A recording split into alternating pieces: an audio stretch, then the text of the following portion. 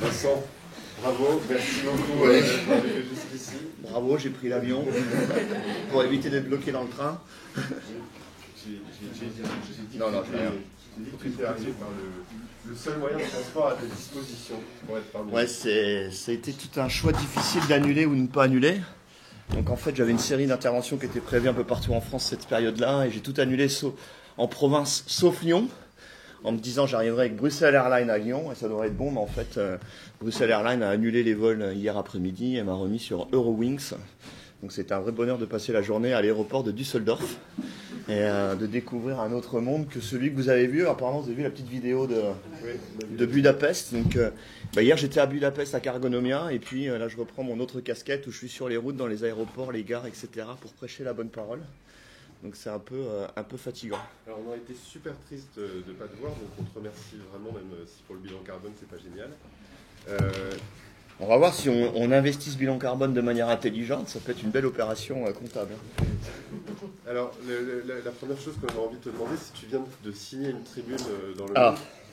Tu veux en parler? C'est le 29 novembre.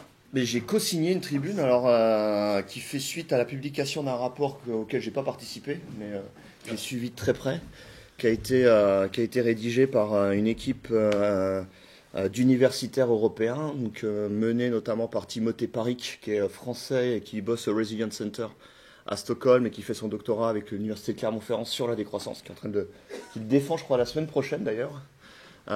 Et puis des gens comme François Brien, avec qui j'ai beaucoup bossé, qui a fait lui son doctorat sur des modèles macroéconomiques prospectifs sur la décroissance pour l'école des mines, et d'autres personnes comme Christian Kechner par exemple d'Autriche et de Research Indigo. Donc il y avait toute une équipe d'universitaires, ils ont fait un travail extrêmement intéressant mais chiant, c'est pour ça que j'ai pas participé, qui était de reprendre l'ensemble de toute la littérature scientifique universitaire de ces 20 dernières années, qui s'intéresse à la question du découplage, et de regarder si il y a des cas avérés de découplage, le découplage étant ce qui est à la base du mythe de la croissance verte, c'est-à-dire la possibilité d'arriver à continuer à avoir une croissance économique, ou avoir un niveau de PIB là où on est aujourd'hui, tout en ayant une baisse significative de l'impact environnemental et énergétique qui permettrait de répondre aux enjeux climatiques, de biodiversité, énergétique et ainsi de suite.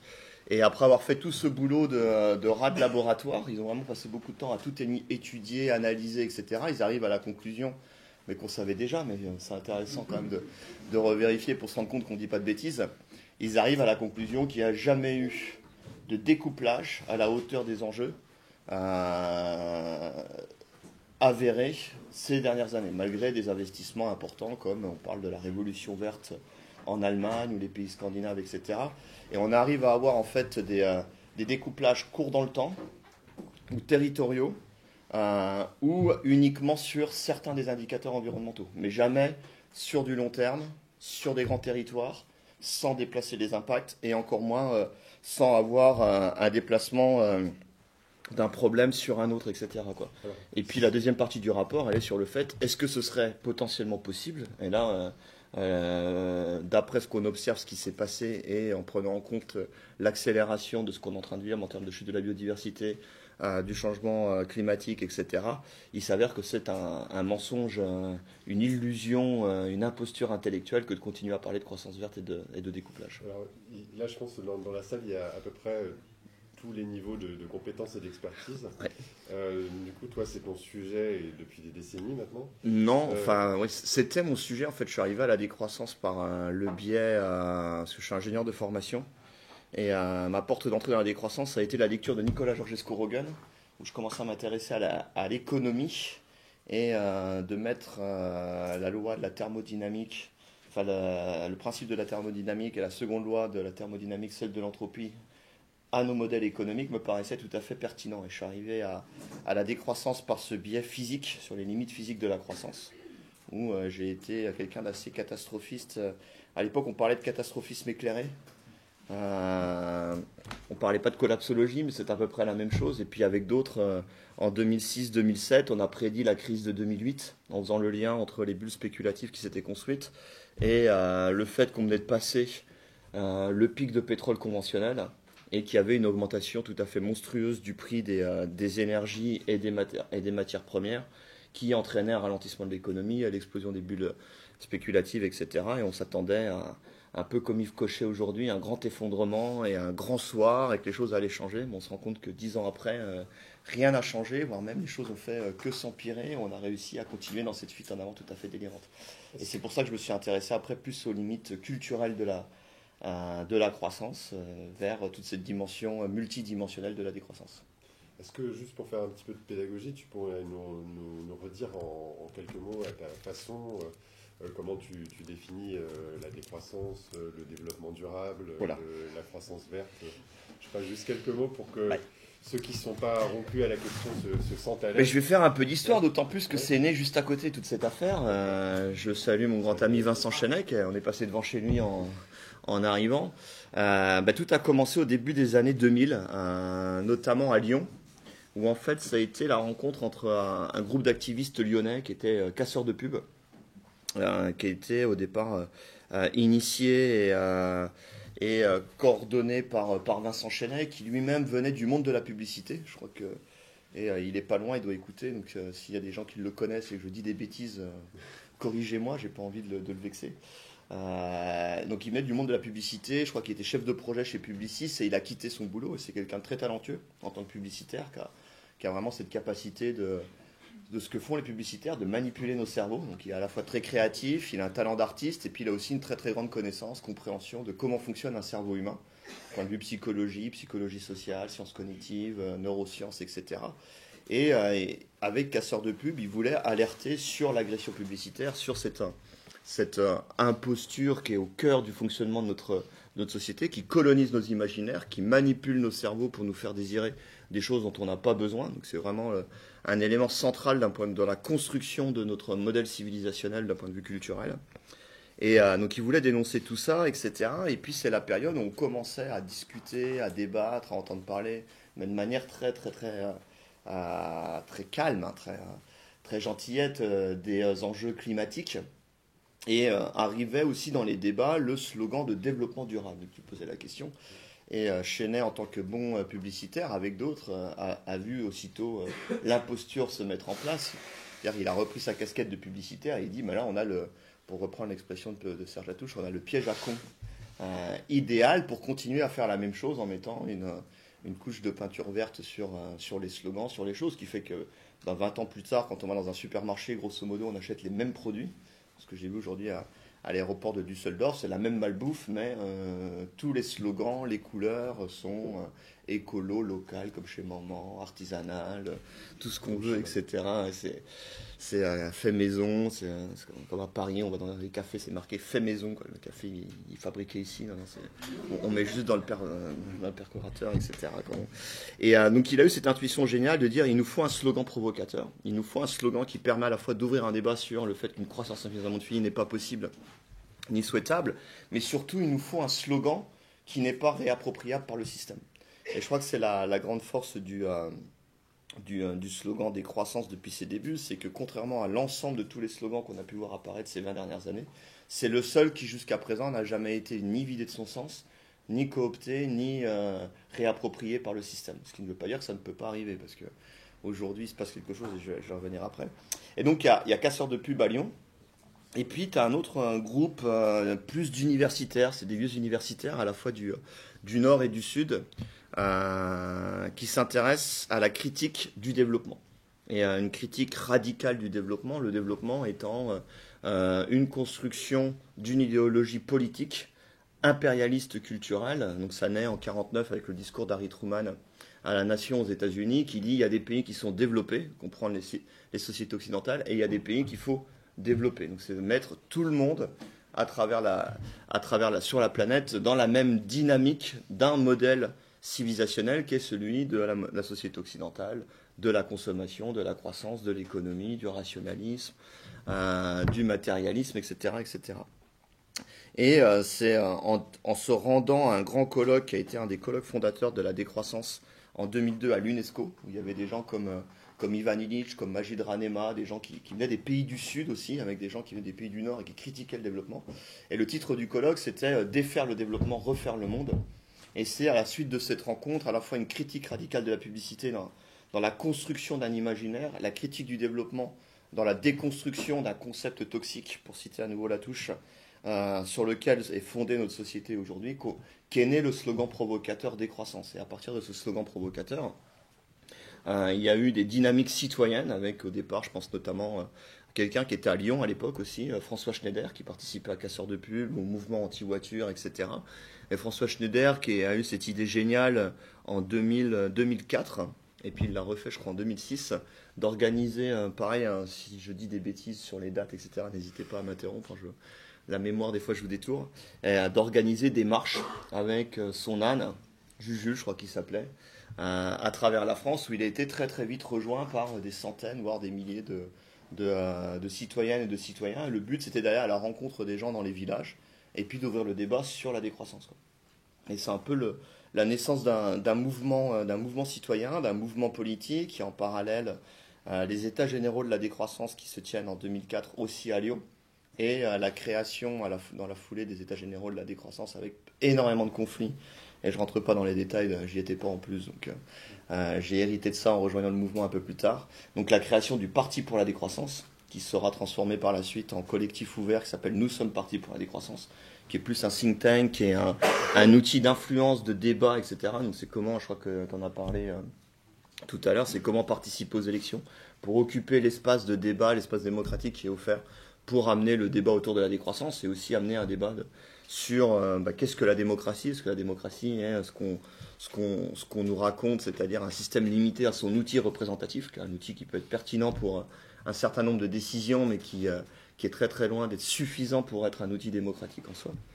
Et puis autour de ça se crée aussi énormément de débats plus universitaires ou intellectuels, où on replonge dans la littérature du passé, et on se rend compte qu'avec la décroissance, on n'invente pas grand-chose, on revient même à l'essence de tout ce qu'on fait à travers le monde, toute civilisation, de se créer des limites, de se réapproprier ses propres limites. Et j'en discutais il y a un an ou deux avec Serge Latouche, qui est un des autres grands-pères le pape de la décroissance, et qui a notamment créé la collection aux passagers clandestins des précurseurs de la décroissance, où chaque livre s'intéresse à un penseur ou une école de pensée que l'on considère comme étant pionnière dans les débats sur la décroissance, qui étaient nos camarades de route. Et en fait, en faisant tout ce travail-là, Serge Latouche me disait qu'il se rend compte que quand on repart dans l'histoire des philosophies, l'histoire des spiritualités, l'histoire des civilisations, etc., il y a une exception qui est notre civilisation, qui est cette civilisation qui a tout construit autour de cette illusion du toujours plus fort, du toujours plus loin, etc. Là où toutes les autres pensées, tous les autres penseurs, toutes les autres civilisations se sont auto-instituées des limites symboliques, des limites culturelles, des limites traditionnelles, spirituelles, pour trouver des équilibres avec l'environnement, avec les autres, etc. Ce qui ne veut pas dire qu'ils n'ont pas fait des bêtises similaires aux nôtres, ça ne veut pas dire que toutes les civilisations ne se sont pas écroulées, mais quand on regarde, la grande majorité des civilisations n'est jamais rentrée dans la même folie destructrice que notre civilisation aujourd'hui. Donc il y a eu tous ces travaux autour des précurseurs de la décroissance. Je dis peut-être une bêtise, mais je crois que vous venez de voir un film sur André Gorz, qui faisait référence avec à Gorz. Vous ne l'avez pas regardé. C'était parmi nos cartouches de survie. On avait un petit film produit par la Volt, mais je vous donnerai les références, il valait vraiment la peine. C'est un film qu'on a passé ici, il y avait très peu de monde. C'est dommage parce que je pense que c'est une question qui se pose vraiment de manière aiguë. Aujourd'hui, on discute beaucoup de diminuer la place de la voiture en ville. Et le film s'appelle L'idéologie sociale de la bagnole, d'après un texte célèbre d'André Gorz, L'idéologie sociale de la bagnole, et qui joue un petit peu avec les références et qui permet de faire connaître la pensée d'André Gorz, dont on aura l'occasion d'ailleurs de débattre et de discuter ici même fin janvier, le 30 janvier. Il y aura une belle soirée sur André Gorz. Donc on n'a pas vu le film L'idéologie sociale de la bagnole, mais du coup tu peux en parler quand même. Voilà, donc Gorz, c'est intéressant parce qu'il avait lu Nicolas Georgescu-Roegen, qui est un des pères de la décroissance, et le mot décroissance vient aussi de la traduction des articles universitaires de Nicolas Georgescu-Roegen en 1979. La traduction a été faite par Jacques Greenwald et Ivo Rens, et ils n'arrivaient pas à trouver un titre en français. Ils avaient déjà appelé ça en 1979 la décroissance. André Gors, bien avant, avait déjà utilisé le mot décroissance à la suite de la publication du rapport du Club de Rome, Limits to Growth, donc limite à la croissance, qui avait été traduit en français. Enfin, c'est sinon ça, je rentre pas dans le débat. Et les limites de la croissance, c'est lors d'un débat organisé par le Nouvel Observateur, parce qu'André Gors était aussi un des cofondateurs du Nouvel Observateur. On a retrouvé le contenu des discussions André Gors qui utilise déjà le terme décroissance en disant aujourd'hui ce qu'il faut mettre en place c'est la décroissance, et à travers la décroissance il parle clairement d'une sortie du capitalisme, et il fait le lien entre les deux, le capitalisme étant cette logique d'accumulation de toujours plus qui est incompatible avec la réalité physique, environnementale de la planète sur laquelle on vit aujourd'hui, quoi. Et André Gors était aussi, vu qu'on parle de la voiture, un grand lecteur de Ivan Illich. Alors, je vais citer quelques grands penseurs qui ont inspiré la décroissance. Et Ivan Illich, quand on parle de la voiture, mettait en avant cette notion de seuil de contre-productivité, où il expliquait de manière très imagée et amusante comment, lorsque l'on crée une nouvelle technique, un nouvel outil, une nouvelle technologie, pour répondre à des besoins, et qu'on se met à la développer, à un moment donné, on arrive à un seuil de contre-productivité. C'est-à-dire que là où au départ, elle était censée résoudre des problèmes, elle va générer plus de problèmes qu'elle ne résout. Et la voiture en est l'un des exemples les plus caractéristiques, où Ivan Illich calculait dans les années 70 la vitesse moyenne d'une automobile aux États-Unis, là où il habitait à ce moment-là. Si on prend aussi en compte le temps qu'il faut travailler pour financer sa voiture, l'infrastructure qui va derrière, tous les méfaits, etc., et il trouvait une vitesse moyenne autour de 5 km par heure. Je pense que si aujourd'hui on faisait les calculs, on trouverait quelque chose d'assez similaire, malgré le fait qu'on paye quasiment gratuitement l'essence quand on voit la quantité d'énergie que ça représente, et ainsi de suite. Et là, on a quelque chose d'extrêmement puissant, d'extrêmement efficace, qui est fait, comme les SUV aujourd'hui, pour faire se déplacer une tonne de métal à 130, 140, 150 km/h. La réalité de l'utilisation, c'est 5 km par heure en moyenne ou un peu plus, si on prend en compte le temps qu'il faut travailler. Et puis c'est surtout 15 km par heure en moyenne, puisqu'on l'utilise essentiellement en ville, ce qu'est la vitesse moyenne d'une voiture en ville, qui va grosso modo moins vite qu'un vélo. Et puis on peut, par extension, faire un peu toutes ces réflexions sur beaucoup de choses dont on dépend aujourd'hui, notamment...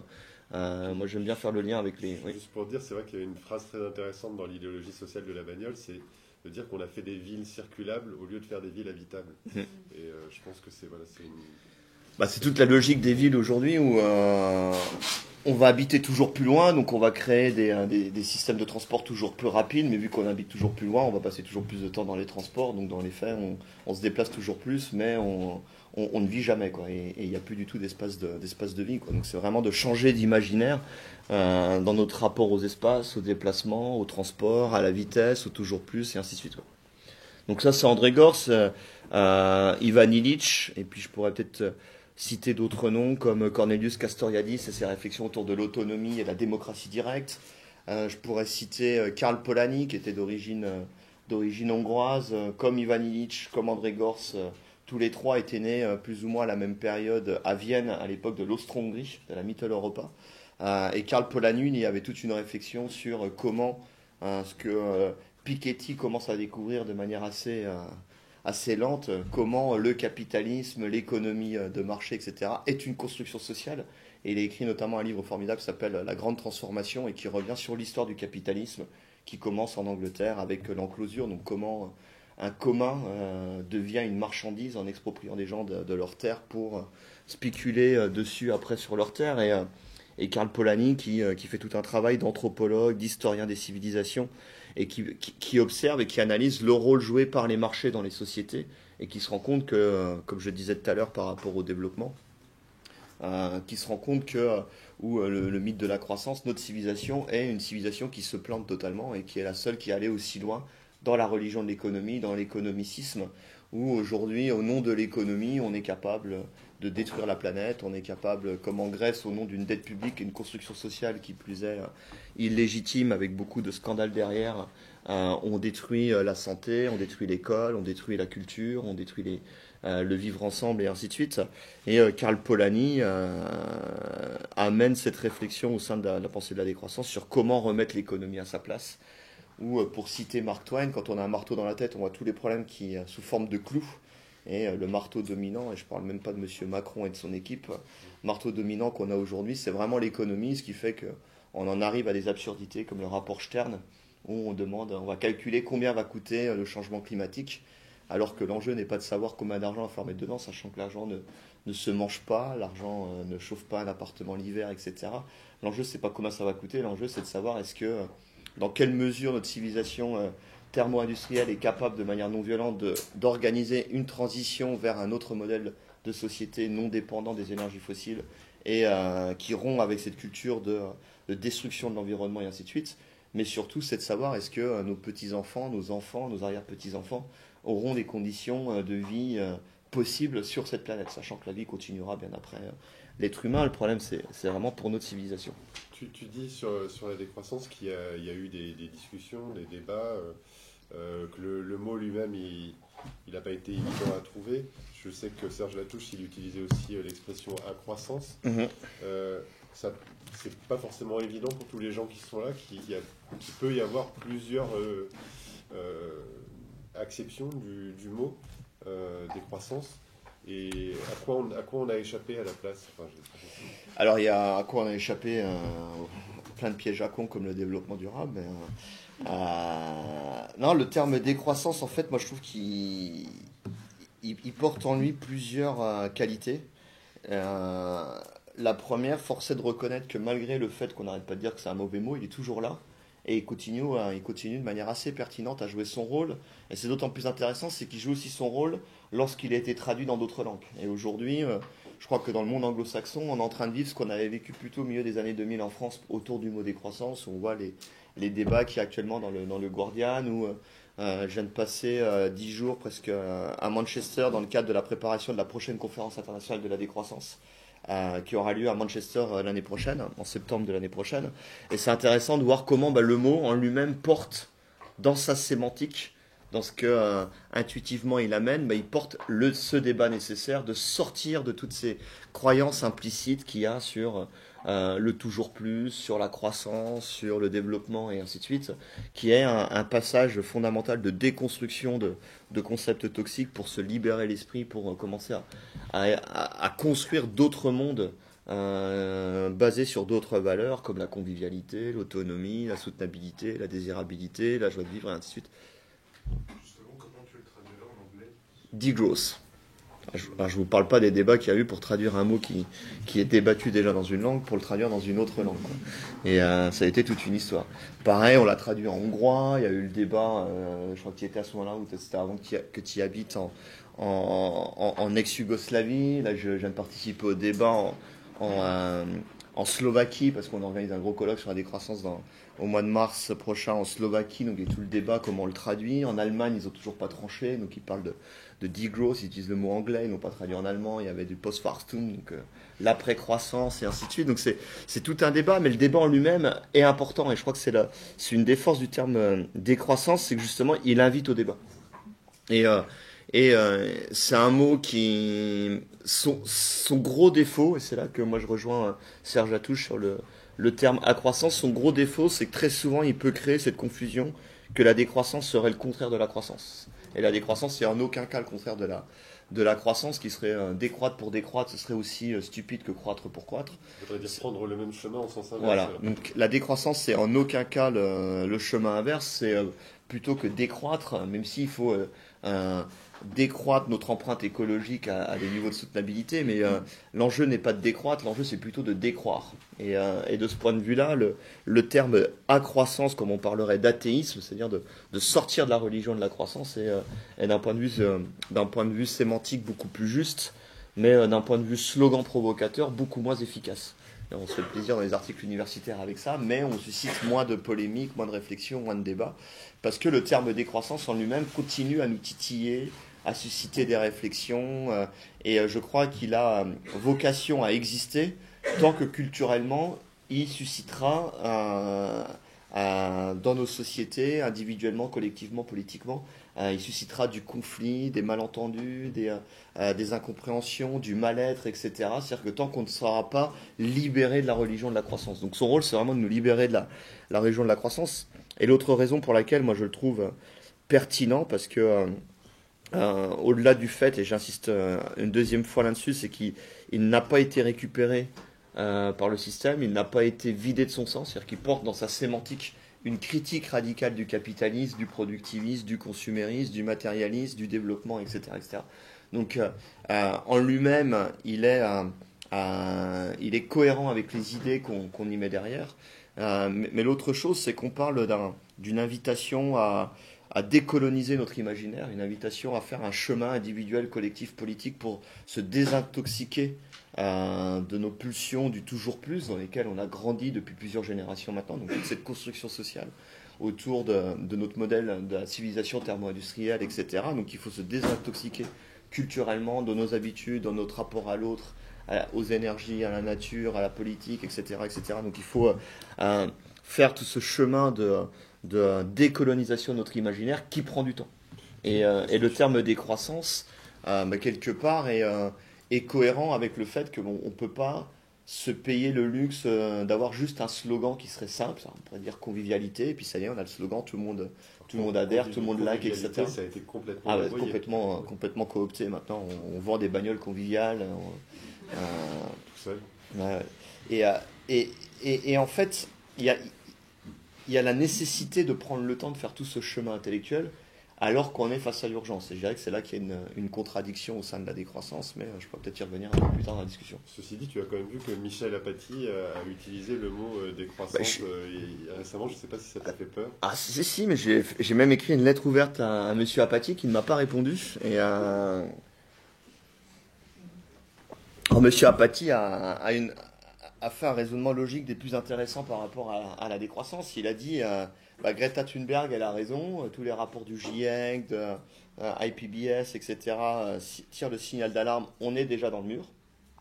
Donc il faut sortir de la société de croissance, parce que la croissance veut dire toujours plus de consommation, donc plus d'énergie, plus d'impact environnemental. Donc il faut la décroissance, mais les gens ne veulent pas la décroissance. Et vu que les gens ne veulent pas la décroissance, on ne peut pas mettre en place la décroissance. Donc c'est un raisonnement logique d'un grand homme de pensée, un grand penseur comme les médias français savent le donner. Et j'ai interpellé M. Apathy en disant non, mais la décroissance, c'est pas pour les pauvres, la décroissance, c'est pour les riches. La décroissance, c'est pour les pauvres, ça voudrait dire beaucoup plus d'autonomie, ça voudrait dire de revenir à des modes de vie qui ont toujours été très présents dans les cultures populaires, contrairement à ce qu'on nous fait croire. Et là, il y aurait besoin d'avoir un approfondissement dans les études sociologiques et culturelles par rapport à ça, où il y a eu des tournants autour des années 70, 80, 90 dans les classes populaires, dans le rapport au consumérisme, dans le rapport au gâchis, dans le fait de réutiliser, de partager, dans le rapport aussi à un certain sens des limites. Il y a eu des ruptures, mais qui ont été des constructions sociales imposées par les médias dominants, etc. Alors qu'historiquement, les classes populaires, et Paul Ariès de Lyon aussi, qui est un des pères de la décroissance, a écrit un livre tout à fait intéressant où il revient un peu là-dessus. Lui qui vient plus du communisme ouvrier, où il parle justement des valeurs de sobriété qu'il y avait dans les classes populaires, une valeur de simplicité au sens noble du terme, et d'humilité, ce dont manquent des gens comme Monsieur Macron et notre belle civilisation donneuse de leçons qui nous amène toujours plus vite droit dans le mur. Donc ouais, il y a des choses intéressantes qui... Ouais. Mais justement, par rapport à cette question de décroissance, est-ce que vous avez fait des études, il y a des moyens d'avoir une idée de la réception du terme dans les différentes catégories sociales? Et puis l'autre question qui va un petit peu avec, c'est que j'ai l'impression que ce mot décroissance, alors il fait peur effectivement aux tenants de la rationalité économique, aux libéraux, mais on a aussi l'impression qu'il fait peur à gauche. C'est-à-dire qu'un arc politique de gauche où le mot décroissance a l'air d'être une menace pesant sur les classes populaires, pour qui défend le mouvement ouvrier, ça peut poser question. Donc, alors, il y a plusieurs questions, je vais essayer de faire court. Il y a plusieurs questions dans la question. Donc la première, c'est l'acception sociale du terme, comment il est reçu, comment il est compris. Et l'autre, c'est par rapport au monde politique. Il y a quelque chose d'extrêmement intéressant, c'est qu'à part avec quelques technocrates, je me suis jamais retrouvé dans une situation où on prend le temps de débattre sereinement comme on va le faire ce soir autour de la décroissance, et puis on sort de la salle et il y a 90% de la salle qui dit la décroissance c'est de la connerie, je suis contre, la croissance c'est super, comme Monsieur Alexandre, on va partir, si on n'a plus de ressources sur Terre, on va aller sur Mars et puis on va aller chercher les ressources, ça va être super, on va trouver notre planète et puis avec la recherche, on va se faire plaisir à développer tout un écosystème sur une autre planète, etc. Donc des gens comme ça, il y en a, mais sont archi minoritaires. Et moi, c'est quelque chose qu'intuitivement, je ressens depuis une bonne dizaine d'années que je suis dans les réseaux de la décroissance et que j'anime. J'ai dû co-animer ou participer à des discussions comme ce soir.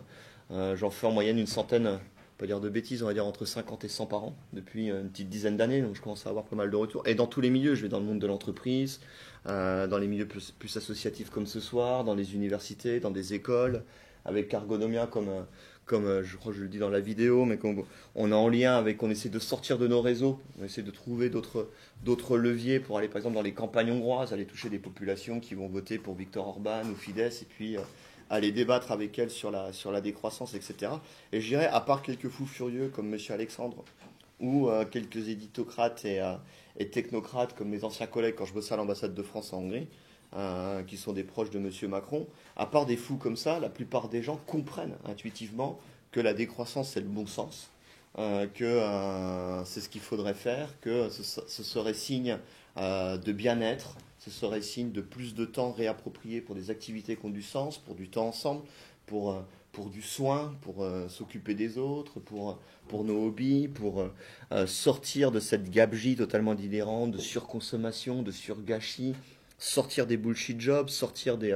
Là, c'est pareil, on parlait de Gorse tout à l'heure, j'invite à retourner dans la pensée de Gorse et ses réflexions autour du travail, notamment ce bouquin magnifique Adieu au prolétariat, et ça fera le lien sur la deuxième partie de la question. Donc ouais, la décroissance, moi je trouve elle parle aux gens. Et il y a depuis 3-4 ans des indicateurs convergents sur le fait qu'il y a, en particulier en France, mais de manière générale dans la plupart des pays occidentaux, une victoire culturelle autour des idées de la décroissance. Et il y a eu 2 études qui sont sorties ces dernières semaines en France. Une par des gens qui ne sont pas réputés pour être des porteurs de la décroissance ou encore moins des bolcheviks, je crois que c'est Challenge BFM TV, une compagnie d'assurance qui fait cette étude, et qui montre que si on pose la question aux Français, est-ce que vous êtes plutôt pour la décroissance en termes de changement de modèle de société, rompre avec le consumérisme et aller vers des modes de vie, de partage, de redistribution, se rapproprier du sens, etc. Ou est-ce que vous êtes plutôt vers une logique d'innovation technologique, d'aller vers, comme M. Alexandre ou M. Macron le veulent, la Startup Nation et les nouvelles technologies et le transhumanisme et cette fuite en avant totalement délirante. Et d'ailleurs, ça a inquiété beaucoup BFM TV. Le résultat montre que 54% des Français contre 46% des Français sont plutôt favorables à la décroissance. Et c'est d'autant plus intéressant que dans les médias dominants, dans la publicité, avec des outils élaborés de manipulation des cerveaux, on nous vend systématiquement l'autre modèle. Et malgré tout, intuitivement, il y a des résistances contre ça. De la même manière, d'abord je vais parler de la deuxième étude, il y a une tribune dans Le Monde d'ailleurs qui en parle par la personne qui a mené cette étude de l'Obsoco, qui est un cabinet d'études, d'opinion. Et donc là, il y a 3 propositions, il faudrait que je reprenne, j'ai plus les chiffres exacts en tête. Donc il y a la décroissance, donc rompre totalement avec le modèle de société consumériste dans lequel on est et aller vers d'autres modes de vie plus frugaux, plus dans le partage, plus écologique, etc. Il y a le transhumanisme. Et la 3e proposition, c'est un peu un truc entre les deux, je crois que c'est un peu l'économie circulaire, et ainsi de suite. Et pareil, la décroissance arrive en tête dans cette étude, là où le transhumanisme ne représente que 16%. Alors que dans les médias, il est omniprésent, et chez les technocrates, les politiques, il est omniprésent, chez les éditorialistes, il est omniprésent, et même de manière beaucoup plus inquiétante, tout le fric pour la recherche, dans le développement des multinationales, des startups, etc., tout le fric va vers cette folie autodestructrice, malgré le fait qu'il y a un soutien très limité, et 16% c'est même très minoritaire, autour de ces idées-là. Et puis il y a plein d'études convergentes ces dernières années, et une accélération autour de ça, où il n'y a pas uniquement un changement dans les têtes, parce que je crois qu'il y a aujourd'hui, en particulier en France, mais pas un peu partout à travers le monde, mais je crois que la France est peut-être le pays le plus avancé avec la Wallonie, la Suisse, dans ces questions-là. Il y a vraiment une compréhension des enjeux climatiques, des enjeux de biodiversité, ce qui n'était pas le cas il y a 5 ans. Il y a 5 ans, quand j'intervenais dans une université, je prenais une demi-heure pour réexpliquer un peu toutes ces choses-là. Aujourd'hui, je ne le fais pratiquement plus. Je pense que les gens ont compris qu'il y avait un problème avec ça. Parce qu'ils comprennent tout dans le détail, je ne suis pas sûr, mais ils ont compris et ils acceptent le fait qu'il y avait un problème avec ça. Sauf, une fois de plus, quelques furieux. La grande majorité des gens, quand on va dans les campagnes, dans les bistrots de pays, à gauche, à droite, qu'on discute avec les gens se rendent compte qu'il y a un problème autour de tout ça. Et ils se sentent même plutôt en panique.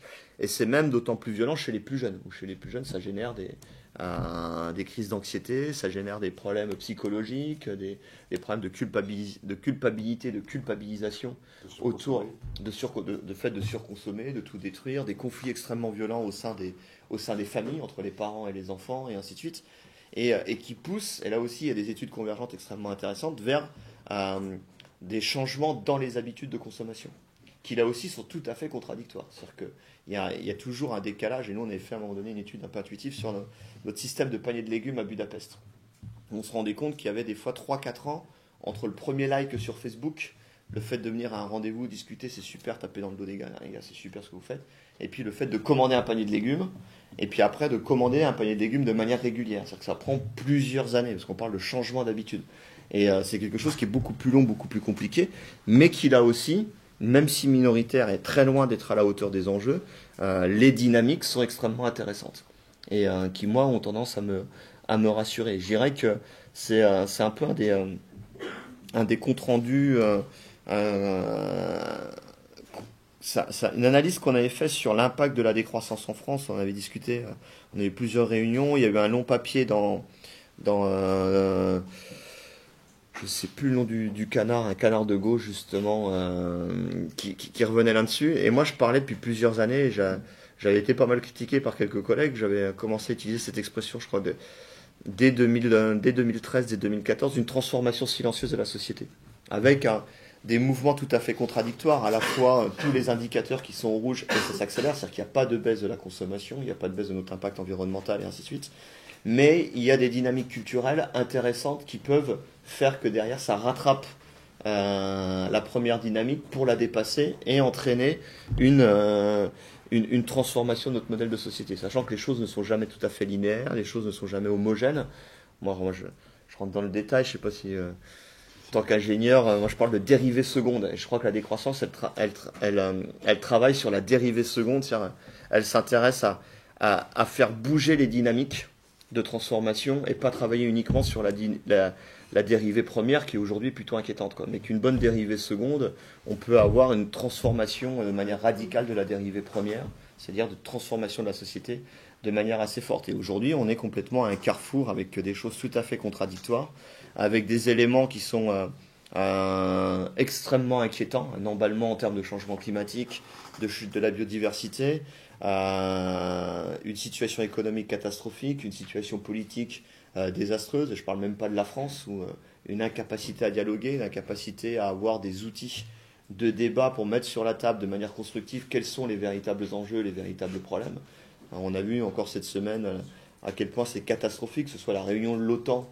On a l'impression d'avoir une bande de débiles qui racontent tous n'importe quoi, qui sont sur leur Twitter toute la journée pour faire leur com, ou l'intervention et les débats ces 2 derniers jours sur la réforme des retraites, où on n'arrive pas, et là après je ferai le lien sur la deuxième partie de la question, on n'arrive pas à poser les bases d'un débat qui fait sens. Et je dirais que, pour citer Paul Ariès, l'enjeu n'est pas tant d'avoir raison en politique, mais l'enjeu est d'arriver à proposer un cadre de débat qui fait sens. Et quand on arrive à proposer un cadre de débat qui fait sens, en général, c'est les idées de la décroissance, des idées vertueuses, des idées de partage, des idées de sobriété, des idées de démocratie directe, des idées de vivre ensemble, de joie de vivre, etc., qui ressortent, alors que si on pose des questions débiles, pour ou contre la réforme des retraites, alors qu'on ne sait même pas ce qu'il y a dedans, on arrive à des réponses débiles, et à des violences, et à des conflits, on génère des peurs, on génère des craintes, on génère des replis sur soi, et ainsi de suite. Et le problème c'est qu'aujourd'hui, on n'a ni cette culture de dialogue, ni les outils qui le permettent, voire même ils sont toxiques. Tous nos outils de communication, que ce soit les réseaux sociaux, les grands médias, etc., sont tout à fait toxiques pour créer les bases d'un dialogue contradictoire, constructif. On enferme les gens dans leur bulle de vérité et on les excite en leur montrant ce qui soit va les énerver, soit va les renforcer dans dans leurs croyances. Donc là, c'est extrêmement inquiétant le fait de ne pas avoir de réponse politique possible autour de ça, alors que les gens sont culturellement prêts à faire des pas de côté. Et donc, deuxième partie, mais si je suis trop long, il faut m'arrêter, parce que c'est beaucoup de choses. On va donner la parole à la salle. Donc juste, je parlais adieu au prolétariat, donc André Gors. Donc c'est intéressant parce que la décroissance, en fait, elle nous invite à revenir à l'histoire du socialisme, là où il s'est arrêté à la fin du 19e siècle. Et ces derniers temps, j'ai relu et je vous invite à lire ce livre ou le relire si vous l'avez déjà lu, qui est un livre formidable, qui avait été écrit par le gendre de Karl Marx, qui s'appelle Le droit à la paresse. Et il y avait différentes tendances, des conflits, des débats au sein des réseaux socialistes, anarchistes, de gauche à la fin du 19e siècle. Et il y avait tout un mouvement, le socialisme utopique, tout un mouvement autour du droit à la paresse qui était très critique, pas uniquement envers le capitalisme, mais aussi envers le travaillisme qui générait, le productivisme. On a oublié qu'il y a eu au début de la révolution industrielle des mouvements comme les Luddites qui s'opposaient à la machine, qui faisaient du sabotage contre la machine. Donc c'est pas la... Hein? Pardon? Le sabotage au sens propre. Ouais, au sens propre, ouais. Et il faut. Et d'ailleurs, il y a eu un sabotage de trottinettes électriques hier par Extinction Rébellion, et c'est vraiment formidable. Je félicite les gars qui ont fait ça, c'est une super idée. Et on va faire pareil à Budapest. Et donc, il y a ce débat qui, avec la naissance des marxismes, c'est pas dans la pensée de Marx était beaucoup plus complexe, et la naissance d'un certain mouvement ouvrier qui a rompu avec tous ces débats sur la réflexion ou la critique radicale du travail en lui-même, de la machine, de l'outil, de la production, du productivisme, etc. etc. Et je dirais que la décroissance, un grand merci à Gors et à d'autres, en ramenant tout ce débat-là, et notamment son bouquin Adieu au prolétariat, qui avait suscité à l'époque énormément de débats, qui avait été violemment critiqué par tous les réseaux de gauche, par les réseaux universitaires marxistes, etc., ou même des gens comme Cornelius Castoriadis, qui était un précurseur dans la critique du stalinisme dès les années 50, avec sa revue Socialisme ou Barbarie, qui revenait à l'essence de ces débats-là. Et la décroissance s'inscrit dans cette tradition intellectuelle, dans cette tradition philosophique, de critiquer à la fois le capitalisme, mais de critiquer aussi le productivisme, et donc le travaillisme, et donc notre rapport à l'outil, à nos mains, à nos productions, aux objets, au matérialisme, donc au consumérisme, etc. etc. Mais c'est... Dernière petite question. Ouais. Mais je posais cette question par rapport à la notion de pouvoir d'achat. Est-ce que toi tu l'utilises, ce terme pouvoir d'achat, ou tu parles de niveau de vie, ou ni l'un ni l'autre? Parce qu'on a l'impression que la réticence, elle est là-dessus, que proposer la décroissance aux classes populaires, ce serait leur prendre du pouvoir d'achat. Mais la question est très bonne, et là c'est pareil, on voit vraiment l'importance de la sémantique, et comment le pouvoir d'achat a été une expression qui s'est imposée petit à petit dans les débats politiques, comme d'autres slogans, d'autres concepts toxiques comme la dette publique, des trucs qui sont des constructions sociales et qui deviennent comme des mythes. Et c'est vrai que c'est terrifiant quand on écoute notamment les personnes qui manifestent, et il faut les entendre, parce qu'il y a une véritable peur derrière, un sentiment d'injustice, qui manifestent contre on ne sait pas quelle réforme des retraites, où on voit souvent revenir ce mot de pouvoir d'achat. Et derrière, il faut prendre le temps d'analyser qu'est-ce que ça veut dire pour eux, quoi. Et là, on se rend compte qu'on est pris au piège d'un système qui impose son vocabulaire, son imaginaire, sa manière de penser, alors que... Et c'était la même chose que... Moi, j'ai eu la chance de débattre à plusieurs reprises avec des Gilets jaunes, à un moment du mouvement des Gilets jaunes, où le pouvoir d'achat revenait beaucoup dans leurs débats. Mais dans les débats, moi, je posais la question, qu'est-ce que vous entendez par pouvoir d'achat? Et en fait, pouvoir d'achat, derrière, voulait dire une question de reconnaissance. Voulait dire une question de ne pas être méprisé par les autres. D'ailleurs, ça rejoint le slogan, ouais, aussi, mais... C'est intéressant parce que les Gilets jaunes ne sont pas ceux qui sont nécessairement ceux qui souffrent le plus de manière économique. Mais c'est ceux qui souffrent le plus d'un manque de reconnaissance et de confiance dans la société, ou un sentiment de rejet de la part de la société. Et d'où cette chanson « On est là ». Et à travers le pouvoir d'achat, c'est un cri du cœur pour dire ne nous méprisez pas, on est là, on a le droit à la dignité aussi, quoi. Et si on arrive, une fois de plus, à poser les débats dans des termes qui font sens, on n'arrive pas à des fausses solutions ou des débats stériles sur le pouvoir d'achat, mais sur le fait d'être reconnu en tant que personne et dignité. Et là, on peut rentrer dans d'autres discussions et ouvrir le débat de la dotation inconditionnelle d'autonomie couplée au revenu maximum acceptable, d'ouvrir le débat d'un projet de décroissance qui n'est possible qu'à travers la première des décroissances, qui doit être la décroissance des inégalités, qui ne peut passer que par une remise à sa place, un réencastrement de l'économie, qui ne peut passer que par une réinvention de nos démocraties avec plus de subsidiarité et plus de démocratie directe, avec une autre gouvernance des communs et ainsi de suite, quoi. Cette notion quand même de décroissance. Continue. Elle est importante, j'aimerais. Je te la pose pas, mais je te la pose pas, mais je voudrais quand même la dire parce que c'est vrai que dans ton discours par rapport au discours sur la décroissance habituelle, ce qui a marqué un certain nombre d'entre nous quand on t'a écouté justement, c'est que tu poses comme principe premier cette question de la décroissance des inégalités et ça paraît pas évident en réalité que l'ensemble de la population a établi un lien ou a fait une corrélation entre la croissance, jusque-là entretenue, et le creusement des inégalités. Je n'ai pas posé de questions, je donne la parole à la salle. Juste 2 mots, t'as commencé sur le mythe du découplage, oui.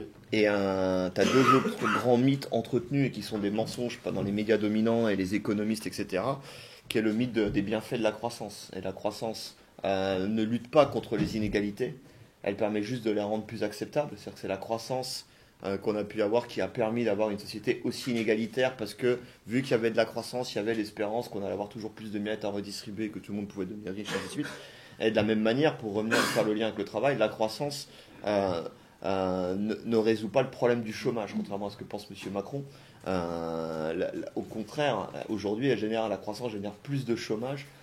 Et d'ailleurs, pour une bonne croissance, on a besoin d'avoir du chômage pour mettre la pression sur les travailleurs et imposer des conditions de rémunération et de travail toujours plus précaires. J'arrête là pour l'instant. Moi aussi, une question à la salle. Alors. Il y avait ici d'abord. Qui veut. On prend des batteries de questions ouais, on prend des de batteries commentaires. De questions. Des questions 3 par 3. Oui, jeune homme en gris. Je le connais. Bon, on va faire style qu'on se connaît pas, qu'on n'est pas entre soi. La plupart des gens qui sont ici, je ne connais pas. Tout simplement, ma question, il y en a plusieurs, mais bon. La première, c'est par rapport à l'écologie. On met souvent le débat de l'écologie actuellement, sauf qu'il faut bien prendre en compte l'économie du pays. Parce qu'en pensant à l'écologie, il y a la notion de offre et de demande, à cause du fait des matières premières que l'on veut réduire. Mais ce qui fait que ça va influer sur le pouvoir d'achat des Français. Puisque si l'offre est plus faible que la demande, les prix vont augmenter sur les produits. De plus, par rapport au salaire, on prend l'exemple de Yann qui nous a donné tout à l'heure en disant que si que la production soit moins faible, il fallait produire moins. Donc une réduction des heures de travail. Ce qui fait que le salaire des Français serait beaucoup moins cher. Et de par ce salaire, on doit bien prendre en compte que les Français doivent payer leur loyer, donc il leur reste peu d'argent afin de vivre en consommant. Ce qui fait que le problème de l'écologie se pose aussi économiquement par rapport au pays et par rapport aux Français, afin de ne pas être encore plus en déficit budgétaire. Et après, je vais reprendre quelque chose que vous avez dit par rapport à la jeunesse, si vous me permettez.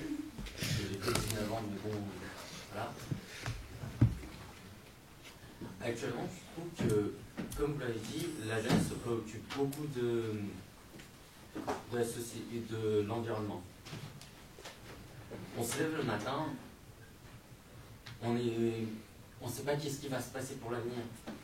On est en mode, on n'a plus la flamme en nous, quoi. On sait que dans quelques années, le climat, ça va être réellement dangereux pour nous et qu'il n'y aura pas l'apocalypse comme dans le film 2012, mais bon, c'est... Mais bon, voilà, mais ce qui fait qu'on perd une flamme et un homme sans passion, ça fait que la société est vide. On ne sait pas s'il faut réellement avancer et je ne sais pas si ça coïncide avec la psychologie parce que la dépression, je ne pense pas que ça arrive de cela. Mais ça fait aussi qu'à l'école, dans nos études, on nous apprend des choses. Mais moi, des gamins, j'étais en mode, mais pourquoi j'apprends ça alors que je ne sais même pas si dans 20 ans, je serai encore en vie à cause du climat, du changement climatique. Si la planète survivra.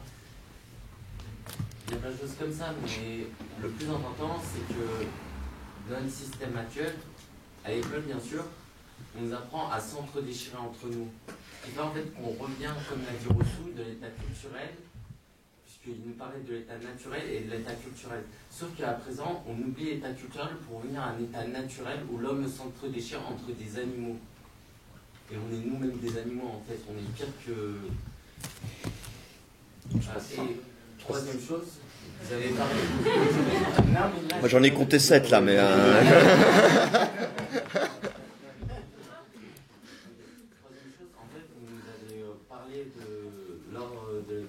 Yann nous a passé, comme quoi il fallait avancer lentement. Sauf que là, vous repoussez le problème, puisque à la fin, on aura toujours le même problème. Ce qui fait que... Tu peux pas reculer. En fait, il n'y a pas de solution, là, j'ai l'impression que vous c'est juste des belles paroles, je suis désolé de dire ça. mais je suis juste un jeune en colère. Ouais, je suis anarchiste aussi. Merci. Ah, il y a déjà merci, une belle ça fait un solution. bon témoignage. On prend d'autres prises de parole. Après, tu fais avec tout ça. Ouais. Ouais. Oui. Et au fond, j'ai vu. Du coup, Oui, c'est toi. pardon, c'était pas clair. Je t'en prie. Je vais essayer de citer ma question. Parce que du coup, tu as parlé de déconstruction des imaginaires, de sortie du capitalisme. Ok, jusque-là, ça me paraît cohérent. Une question que je me pose en ce moment, c'est, on parle de société de consommation, sauf que pour avoir une société de consommation, pour que tout le monde ait le choix, il faut forcément de la surproduction. S'il n'y a pas de surproduction, il n'y a pas de consommation avec tout le monde a le choix. Et du coup, je me pose la question derrière des libertés. S'entend, forcément, il y a toujours des limites à la liberté, mais où est-ce qu'on met le curseur? Parce que finalement, s'il n'y a pas de surproduction, il n'y a pas de consommation, donc est-ce qu'il faut mettre en place des régimes de restriction et voire même de, j'ai perdu le mot, de rationnement, ou est-ce qu'on compte uniquement sur les imaginaires des gens pour se dire finalement, en fait, il n'y a que des patates, bon bah je vais prendre des patates, ça suffira. Voilà. Très bien. Ok. Au fond, oui, il y a une question là-bas et après à l'escalier. Déjà bonsoir. La question pour servir ma compréhension, potentiellement celle des autres.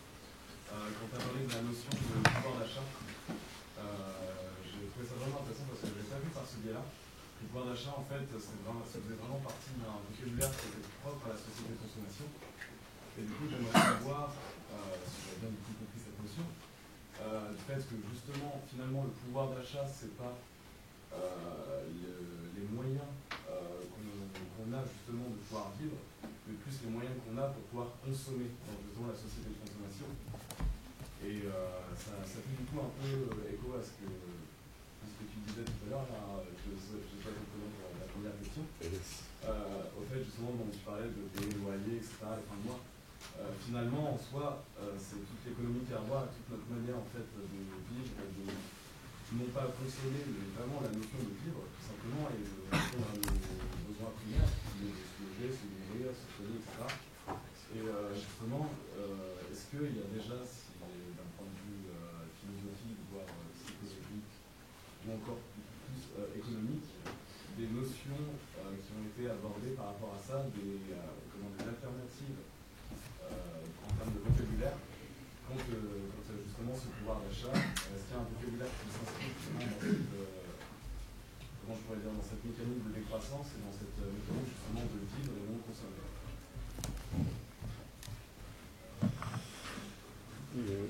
On prend une dernière question et après on... C'est beaucoup, hein. Ça fait beaucoup déjà. Ah, vas-y. Vas-y, non. Allez, Nicolas, il était... Moi j'ai une question, on n'a pas parlé d'un élément assez important, je trouve, à savoir la création monétaire, qui pose un réel problème, à savoir la dette. La dette crée aussi un élément important au facteur de la croissance, je pense, et je voulais savoir un peu ton avis, si tu étais au courant de l'existence de la monnaie libre, et si c'est quelque chose que il y a eu une réflexion qui pourrait porter comme une solution au problème de la décroissance, et évidemment le problème de tout ce qui va avec le système. Très bien. Et j'en ai quand même une, ouais. Après, on prendra des dames aussi, parce que oui, ça... Oui.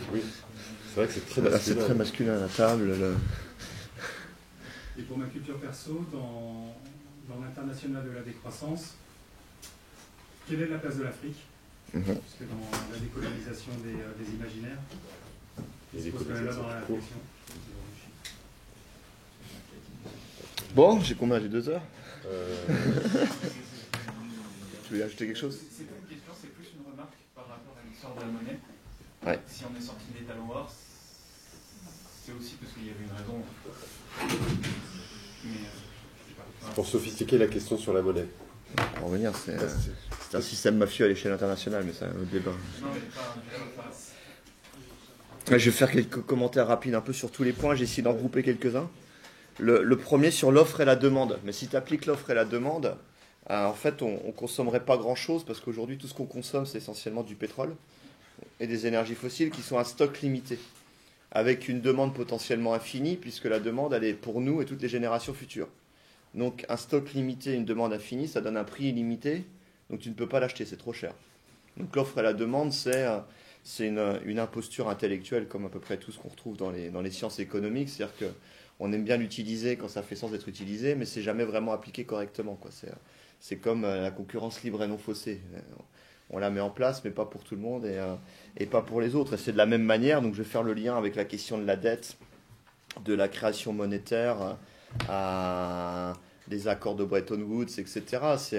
L'argent n'a de valeur que le contrat social ou la valeur culturelle qu'on y donne derrière. C'est un contrat social. Une fois de plus, l'argent, ça ne se mange pas, ça ne se boit pas, ça ne chauffe pas l'hiver, ça ne fait pas rouler une voiture. C'est ce qui fait qu'on peut l'utiliser pour acheter des services, des ressources, etc. C'est parce qu'on a cette construction sociale autour de ça. Ça ne travaille pas non plus, l'argent. Ça ne travaille pas du tout. Hein, et en fait, on est rentré, donc là je vais renvoyer vers les écrits d'un autre anthropologue, historien de l'économie, qui est David Graeber, et son bouquin 5000 ans d'histoire de la dette, qui s'inscrit dans la lignée des travaux de Karl Polanyi sur la naissance du capitalisme, ou même d'un Serge Halimi sur le néolibéralisme avec le grand bond en arrière. Donc comment en fait tout ce modèle économique s'est imposé petit à petit d'un point de vue culturel, très souvent en avançant caché, et qui plus est en créant des espaces mafieux. Moi, je le dis clairement, la sortie des accords de Bretton Woods, c'est un système mafieux qui permet au dollar de ne plus être indexé sur quoi que ce soit, et quand tu as la moitié du budget militaire mondial qui est dans un pays, tu fais à peu près ce que tu veux avec ta monnaie, donc tu as autant de monnaie que tu veux, tu fais tourner la planche à billets. Et je vais faire le lien, je ne vais pas m'étendre là-dessus. Donc oui, il faut créer d'autres modes de monnaie. Moi, je trouve ça intéressant, les expérimentations qu'il peut y avoir autour de la monnaie libre, autour d'un certain nombre de monnaies locales dédiées. Mais moi, je trouve que c'est encore plus pertinent de faire ce qu'on fait beaucoup plus avec Cargonomia, de travailler sur les gratuités, sur l'économie de réciprocité, sur d'autres systèmes d'échange, les banques de temps. Et je dirais que le moins il y a d'administration, le moins il y a de bureaucratie, le moins il y a de chiffres, le moins ça pervertit les rapports humains. Et dans l'économie de réciprocité, c'est ce qu'on vit au quotidien. Tu l'as vécu avec nous à Cargonomia, avec les dizaines et dizaines de partenaires et de projets. On n'a jamais une réunion à s'asseoir et puis avec des tableaux de chiffres à calculer combien on va donner à qui, etc. Tout se passe de manière beaucoup plus organique, beaucoup plus simple, beaucoup plus fluide, beaucoup plus autogestionnaire, humaine. Je vais rendre un service, donner un service parce que ça me fait plaisir et ça fait sens et ainsi de suite. T'as déjà suffisamment parlé et il y a plein de gens aussi qui veulent parler et puis je suis pas là pour répondre à tout, pour en discuter après.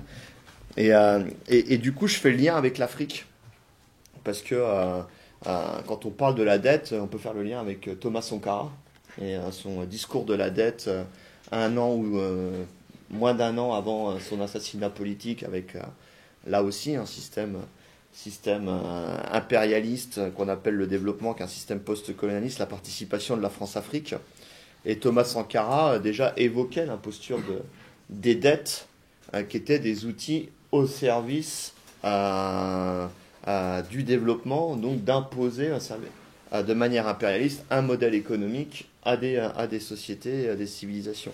Et Aminata Traoré, je crois que Thomas Sankara était un des précurseurs de la décroissance. On retrouve que ce soit sur les questions de féminisme, que ce soit sur les questions d'agroécologie, de production locale, de sens des limites, le fait d'avoir changé le nom du pays et d'appeler ça le pays des hommes intègres.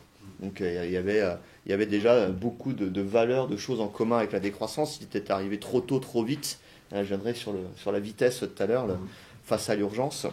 Et je fais aussi le lien avec une autre personne proche des réseaux de la décroissance, qui est l'ancienne, qui est une altermondialiste, l'ancienne ministre de la culture du Mali, Aminata Traoré, qui a titré un bouquin qui s'appelle Le viol de l'imaginaire, en parlant de la colonisation, et qui fait vraiment le lien avec nous, ce qu'on appelle décoloniser l'imaginaire. Et si on utilise le terme décolonisation, c'est parce qu'on part aussi d'une critique radicale de notre histoire occidentale, une critique radicale du développement qui, à travers la colonisation, a totalement transformé, perverti culturellement l'Afrique. Mais je dirais qu'il y a énormément de choses déjà dans la décroissance en Afrique. Quand je débat avec des Africains, ils comprennent de manière intuitive beaucoup plus facilement quand on parle de low-tech, quand on parle de rapports humains différents, de solidarité, de non-compétition, etc., sans minimiser le fait que les choses bougent dans la mauvaise direction, peut-être, là aussi, pas de manière homogène, de manière très hétérogène, de manière contradictoire, mais dès le début de la décroissance, il y a ce colloque à l'UNESCO, il y a la critique radicale du développement, et il y a des liens avec les pays du Sud, il y a des liens avec l'Amérique latine, il y a des liens avec l'Afrique, il y a des liens avec l'Asie. Et c'est pour ça qu'on a organisé aussi l'année dernière la première conférence internationale de la décroissance, Dialogue Nord-Sud, à Mexico City, en partenariat notamment avec des peuples indigènes des Andes, des mouvements anti-extractivistes, etc., avec un constat très clair. C'est que tant qu'il n'y aura pas de décroissance de notre empreinte écologique, de notre consommation au nord, c'est-à-dire tant qu'il n'y aura pas de décroissance de nos besoins d'exploitation en termes de personnes et de ressources au sud, il n'y aura aucune possibilité pour les pays du sud de se réapproprier leur autodétermination, de se réapproprier leur imaginaire qui a été violé, pour citer Aminata Traoré. Bon, je continue à balayer des choses comme ça ou... C'est bien. Sur la liberté. Là, c'est pareil, c'est le genre de construction sociale extrêmement intéressante où c'est une question qui revient souvent dans les débats de la décroissance, et ma liberté de consommer. Mais de quelle liberté parle-t-on ? Aujourd'hui, on parle d'une illusion de liberté qui s'avère être extrêmement barbare. C'est-à-dire et moi le premier, là, j'ai pris un avion, j'étais dans un superbe salon de l'aéroport de Düsseldorf en Allemagne, manger de la malbouffe, etc. J'avais cette liberté de consommer.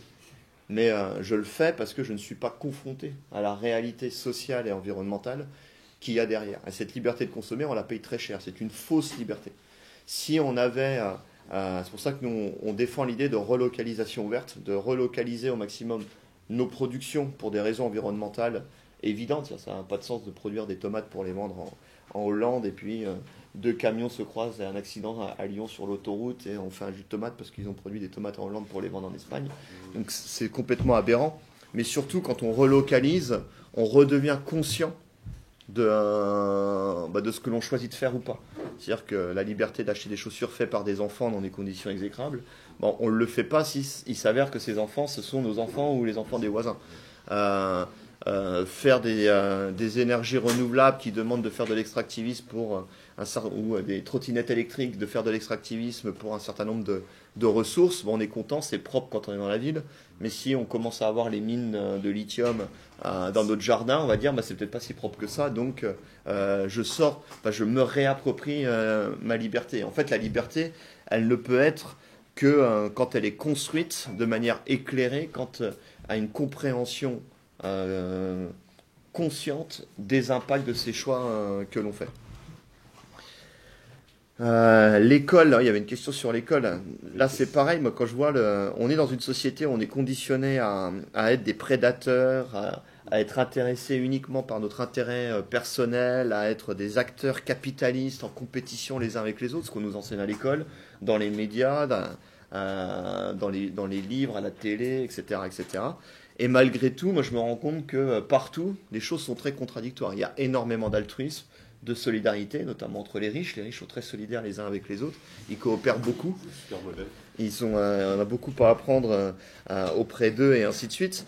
Donc ça montre que l'être humain n'est ni bon ni mauvais, ni altruiste ni compétitif. Il a tout ça en lui et ça montre l'importance d'utiliser cette capacité qu'on a de pouvoir conceptualiser et de faire de la politique et de dialoguer et de construire des dynamiques, notamment en partant de l'école, où on construit des imaginaires qui sont vertueux. Et avec Cargonomia, on a la chance de travailler en partenariat avec plusieurs écoles.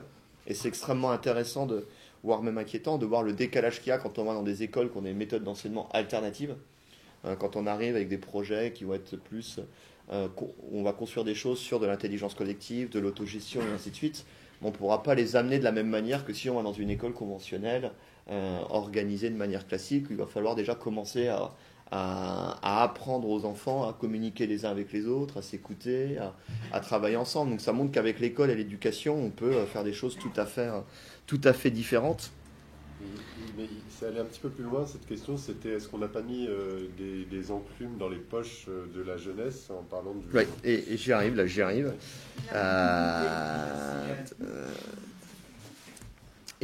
Sur la question de l'espoir, et je dirais que la jeunesse, elle a une chance formidable, elle arrive à un carrefour civilisationnel, ça n'arrive pas à toutes les générations, et il y a la possibilité de construire de nouveaux mondes. Et c'est ce qu'on essaye de faire à petite échelle et de manière lente, parce que c'est en étant lent que l'on va vite, et j'y reviendrai tout à l'heure, de manière lente avec Cargonomia, et les réactions qu'on a, on reçoit régulièrement des jeunes en stage chez nous, c'est le bienvenu.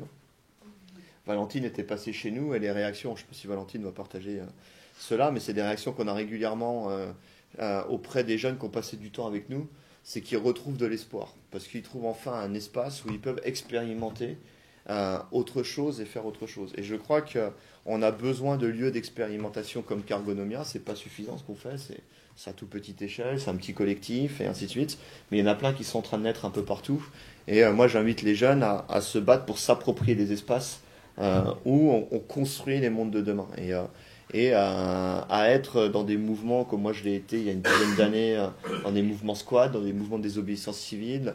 C'est se réapproprier les communs et d'expérimenter d'autres formes de gouvernance de ces communs, de se réapproprier des savoir-faire.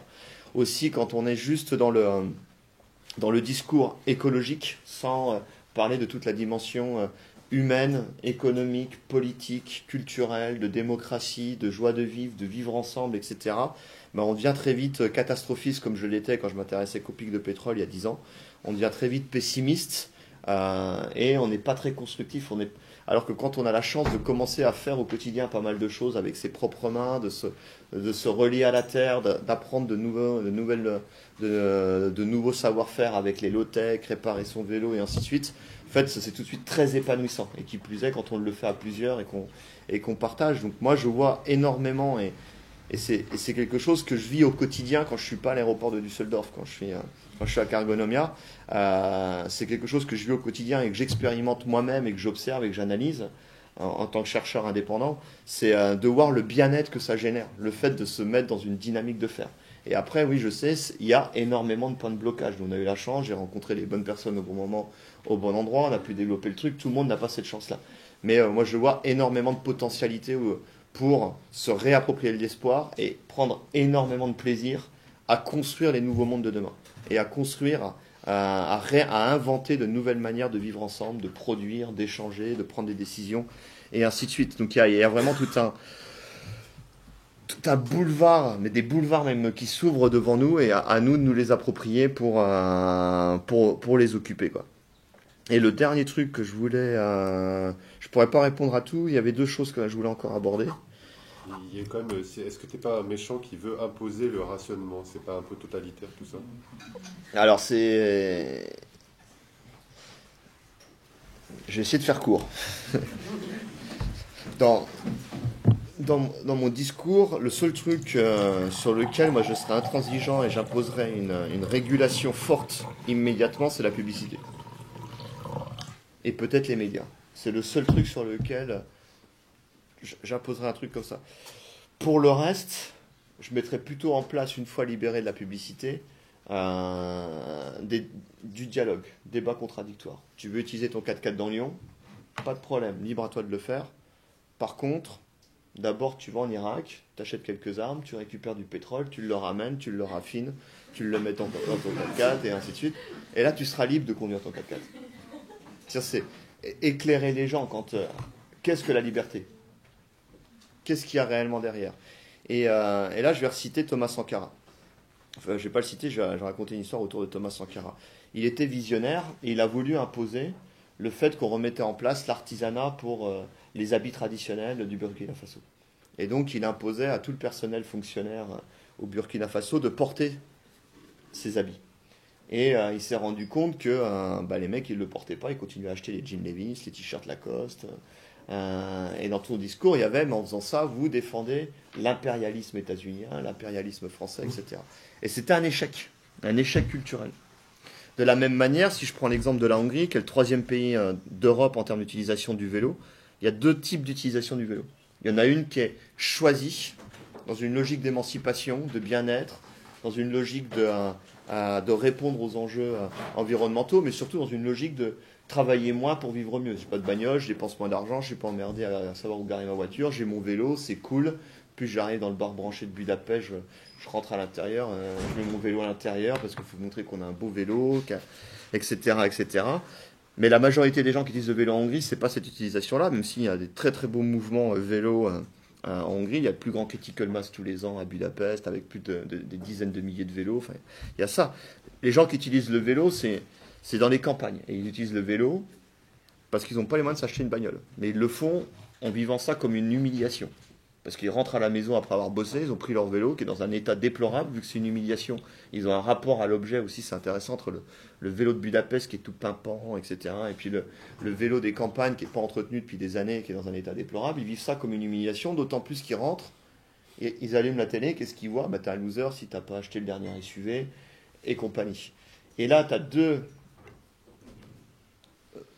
modes de vie similaires qui sont vertueux d'un point de vue de la décroissance d'un point de vue environnemental et ainsi de suite, mais il y a 2 vécus autour de ça qui sont totalement contradictoires. Un qui est humiliant et violent, et un autre qui est émancipateur, choisi, libérateur et ainsi de suite. Et moi, je suis favorable à la mise en place de débats et l'auto-institution de ses propres limites, en toute conscience. C'est-à-dire que j'arrête d'utiliser mon 4x4 ou je réduis ma consommation de viande parce que je comprends pourquoi je le fais. Si c'est imposé par le haut, il va y avoir des réactions violentes. Le mec qui fait ça risque de se faire assassiner. Ou s'il perd les élections suivantes, on va revenir en arrière, tout le monde va reprendre les modes de vie à la con. Donc c'est vraiment une transformation culturelle de la société qu'il faut, de manière éclairée, choisie, émancipée, et ainsi de suite. Je voulais revenir sur la question de la lenteur. Puis j'arrêterai là, même si je n'ai pas pu répondre à tout, mais ça va peut-être revenir dans les débats. À un moment donné dans ma vie, j'étais responsable de la sécurité ferroviaire de la gare de Paris-Austerlitz. Et lors de ma première journée où j'étais jeune cadre, j'étais trop jeune par rapport aux responsabilités que j'avais, j'étais expérimenté, etc. Et la première journée où je me retrouve responsable de la gare d'Austerlitz, c'était le premier vendredi de juillet, de grand départ et ainsi de suite. Et c'est un peu une traduction, donc c'est moi qui fais le départ du train, premier train d'après-midi, tout se passe bien. Et puis 10 minutes après, on entend l'alerte radio, il y a eu un suicide. Donc toute la ligne était bloquée dans les deux sens pour au moins 3 heures. Et donc c'était un cirque pas possible. Et là, moi je commence à paniquer, je commence à courir partout, prendre le téléphone, etc. Et là, les anciens me disent, non, face à l'urgence, tu sais ce que tu fais ? Tu t'arrêtes, tu prends un café, tu fumes une cigarette. Et aujourd'hui, c'est ce qu'il faut qu'on fasse. C'est-à-dire courir à faire toujours plus de conneries. On va créer plus de chaos que nécessaire. Et nous aussi, en tant que militants, il faut apprendre à ralentir. Il faut apprendre, face à l'urgence, à réfléchir et à ne pas réagir. À agir après avoir réfléchi de manière intelligente. Et puis à savoir faire preuve, et c'est pas facile, d'une forme d'humilité, de patience. Et moi, dans tous les projets que j'ai pu mener, c'est ceux où on était les plus patients au départ, qui au bout du compte, on allait plus vite. On allait même plus vite qu'on ne se rendait compte qu'on allait vite, quoi. Et donc c'est une invitation à réfléchir, à être réflexif autour de ça, ce qui ne veut pas dire qu'il faut se tourner les pouces et qu'il ne faut rien faire. Mais il faut trouver le juste équilibre entre le fait qu'il faut rapidement faire des choses, il faut le faire sans rajouter plus de chaos, plus de problèmes sur le truc. Et je vois que souvent, nous, on est pris, notamment à cause des réseaux sociaux et cette dynamique totalement délirante, communicationnelle dans notre société, on est dans tous nos mouvements à vouloir tout le temps communiquer, surcommuniquer, ce qui nous prend un temps fou, ce qui crée énormément de frustration, etc. À un moment donné, non, laissons faire les choses et communiquons bien, mais mieux, de la même manière, publions moins, mais mieux. Prenons vraiment le temps, pareil, quand on organise des workshops, des débats, parlons de moins de sujets, mais prenons plus le temps d'en parler, et ainsi de suite. Et travailler plus la qualité que la quantité là, et le nombre. J'arrête là pour l'instant, mais on reprend une fois les ça fait questions. beaucoup d'éléments. Il y en a. Merci beaucoup. Alors. Oui, c'est toi. La réciprocité, Ouais. Moi j'ai une question, une hypothèse. Imaginons, est-ce qu'on pourrait utiliser les moyens de la société d'aujourd'hui pour alimenter le changement de la société de demain? C'est-à-dire, imaginons un fonds d'argent énorme, est-ce que ça pourrait alimenter le changement vers une société décroissante? Bonne question. Ou alors ça vient pervertir. Est-ce que tu peux développer la différence entre la dotation inconditionnelle d'autonomie et le revenu, la vision Minando? La vision Minando. Le revenu inconditionnel est suffisant, c'est ça? Oui, c'est comme ça.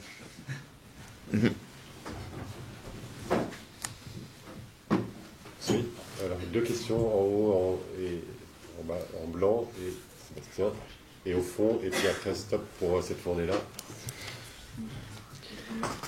Qu'est-ce que tu dirais à quelqu'un qui te dit ouais, mais avec ton modèle là, comment je fais pour. Qu'est-ce que ça devient l'ascension sociale? Qu'est-ce que ça devient comment je peux faire pour briller entre guillemets, quoi. Donc, je veux qu'on reconnaisse plus mon travail, je veux qu'on reconnaisse mon intelligence. Moi, je dis bien. Très bien. Et il y a au fond une jeune femme, au fond, je vois pas bien. Et puis après Sébastien, c'est tout pour cette fournée-là. On reprend pour la prochaine. Oui, c'est toi. Organiser la décroissance pour qu'elle soit effective et qu'elle ait un impact. Pour qu'elle ait un impact, il faudrait idéalement qu'elle soit globale. Et du coup, moi, ça me semble très utopique de dire qu'on va réussir à que les gens disent un jour, ok, on arrête cette croissance, du coup, les initiatives progressives, locales, etc., c'est important, c'est primordial, mais est-ce que c'est vraiment avec des procédés réformistes pour arriver à faire bouger les choses? Très bien. Très bien, pour toi. J'avais deux petits trucs. Le premier, c'est un clin d'œil par rapport à qu'on a des vidéos sur Austerlitz. En fait, dans les années 90, je suis intervenu sur Austerlitz en tant que pompier. Et de l'autre côté donc, de l'intervention, Ouais. pareil, on courait et les anciens disaient la même chose. Tu cours pas de panique, il faut y aller tranquille, il faut y aller posément. Je sais plus leur slogan, c'était action n'aurait pas avec précipitation. Ouais. Et il y avait un cheminot qui court, c'est un cheminot qui vient de faire une connerie ou qui va en faire une. Le deuxième truc, ça reprend la dernière remarque, c'est par rapport à ta remarque sur éduquer de façon populaire les personnes à prendre le 4x4 en ville et donc prendre le Kalachnikov pour récupérer l'essence. J'y crois pas trop, mais même si, enfin, l'éducation populaire, j'y crois à fond, mais peut pas de façon aussi. Je sais pas. Mais par contre, qu'est-ce que tu penses plutôt de normes sociales et environnementales pour construire un 4x4 pour aller chercher toutes les ressources qui fait qu'on ne peut pas déjà produire un produit s'il ne répond pas à certaines normes. On ne peut pas l'introduire en France s'il ne répond pas aux mêmes normes, plus au transport, plus. Ça nous ramène au Dieselgate. Encore une question, j'y vais? Non, mais c'est juste une remarque. C'est ce qu'on avait Renaud Bistan qui était là l'autre jour, qui se proposait d'être président du Bistan, c'est-à-dire de la Croix-Rousse en fait un petit peu. Et lui, il va très loin. Hein. Comme il y a la réquisition des logements vides, il proposait la réquisition des SUV pour les brocantes, les déménagements et le transport de musiciens. Il faut le faire en vélo cargo, ça. Et le transport de musiciens, c'était les 3 cas de réquisition. Et pour revenir sur la première question, après tu les prends dans l'ordre que tu veux. Mais c'est vrai que cette question de la réciprocité, où tu as été interrogé pour savoir qu'est-ce que vous entendiez par économie de la réciprocité, on peut même poser la question, est-ce que c'est pas un peu antinomique en fait avec l'idée que tu défends aussi d'extension de la gratuité? Parce qu'une économie de la réciprocité, ça fait bizarre, enfin en tout cas d'un point de vue sémantique, par rapport aux questions de solidarité organique ou d'extension de la gratuité. Parce que la réciprocité, c'est possible pour faire une forme d'économie. Alors, je vais commencer par utiliser les moyens de la société. Et c'est un débat moi, que j'ai.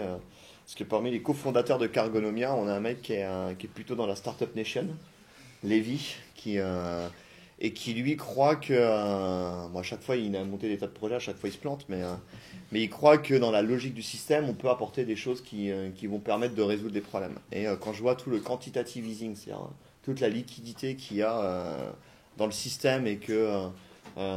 grosso modo, demain, tu vas voir une banque, tu dis j'aimerais me faire ma petite ferme en permaculture, j'ai besoin de 20 000 euros, il t'envoie bouler, mais tu dis je voudrais faire des trottinettes électroniques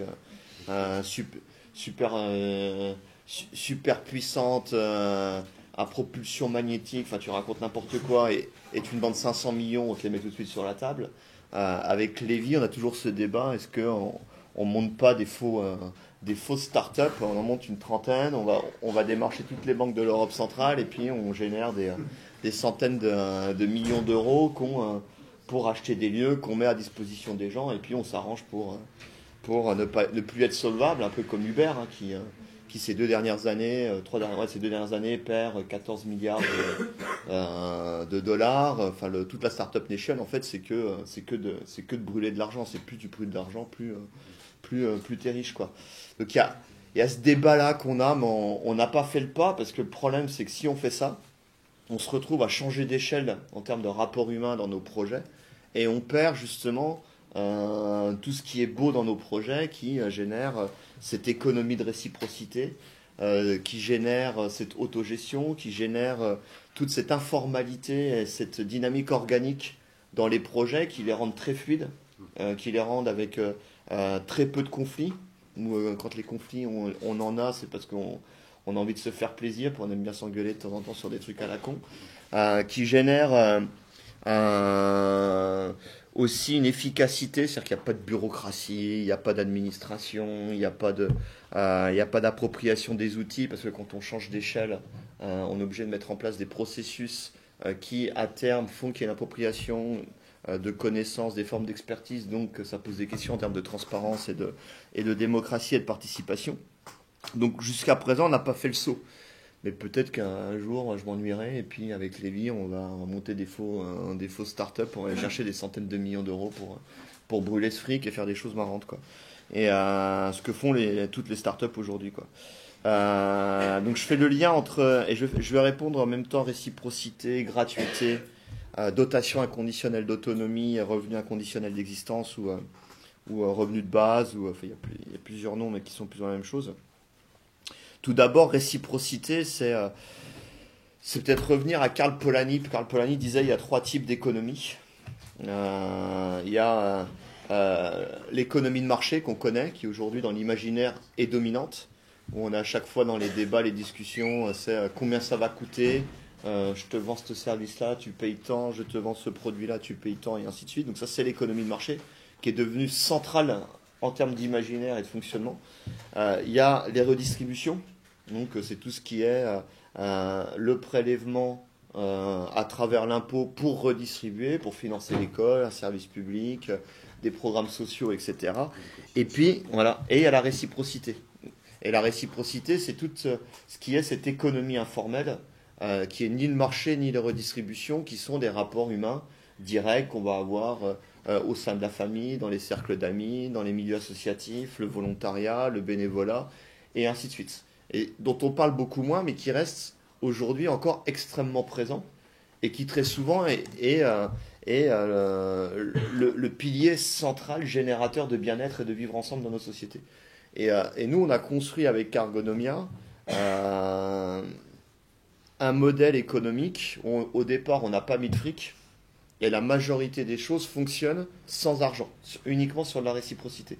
Service contre service. Sans même qu'on en parle de manière autonome. On a un vélo de cassé, on utilise notre atelier vélo et les savoir-faire pour réparer notre vélo. On a besoin d'un nouveau vélo, on utilise la machine à souder et les savoir-faire pour fabriquer un nouveau vélo cargo, et ainsi de suite.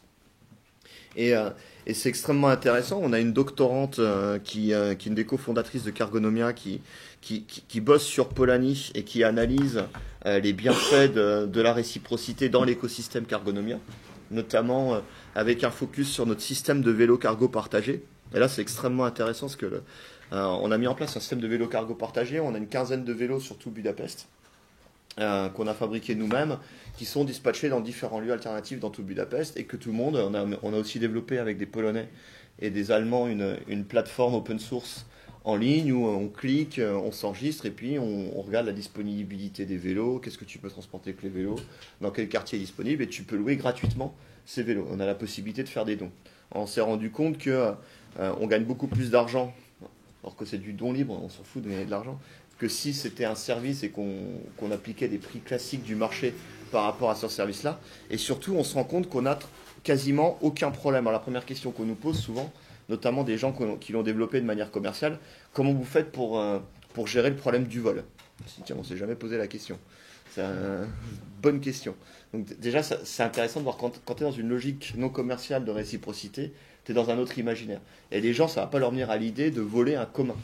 C'est quelque chose qu'ils utilisent. En plus, il y a un certain fierté d'utiliser ce système, etc.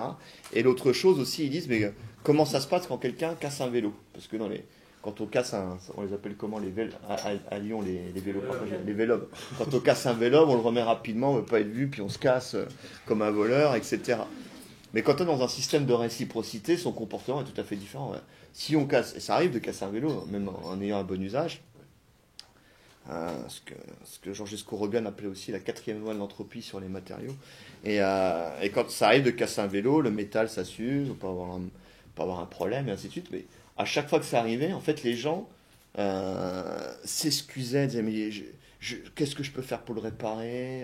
Donc on est complètement dans d'autres rapports humains. Et l'économie de réciprocité, c'est de remettre au cœur des échanges, non pas une logique marchande, non pas une logique de marché, mais une logique d'autogestion, de vivre ensemble, de partage, de solidarité, et de repenser, et là je vais arriver à la DIA, de repenser un autre rapport au commun, une autre gouvernance des communs, et qui nous amène aussi à la question de la gratuité. Dire que, et il y a Paul Ariès qui a beaucoup travaillé, il y avait le colloque en janvier à Lyon, un peu plus haut sur la colline, sur les gratuités, et c'est intéressant là aussi de voir comment, quand on met en place des gratuités, on change son rapport aux choses qui sont rendues gratuites. Alors la gratuité, c'est une construction politique, c'est-à-dire que ça a un coût environnemental, ça a un coût de travail, etc. Mais c'est comment on l'organise de manière intelligente, à l'extérieur d'une logique purement marchande, purement économique.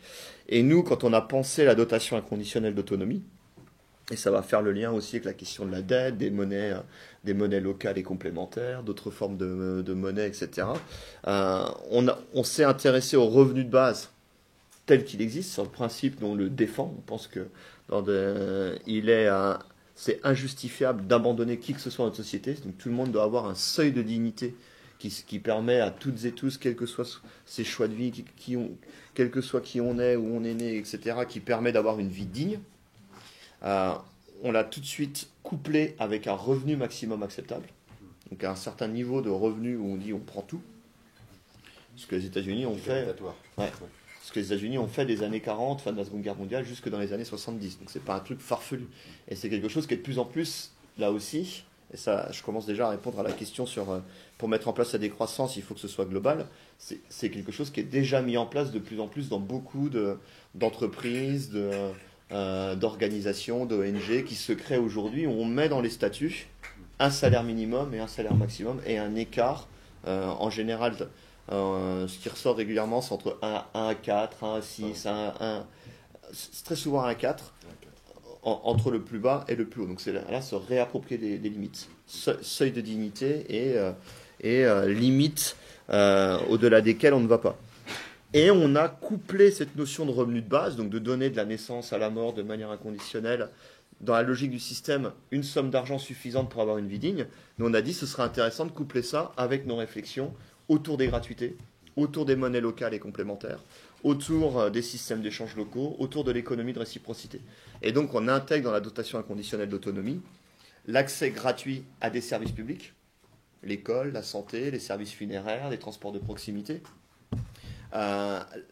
l'accès à un certain nombre de ressources et l'accès à des communs, donc un certain nombre de mètres carrés pour avoir une vie digne, un logement digne, des activités qui ont du sens, un petit lopin de terre pour faire de la permaculture, etc.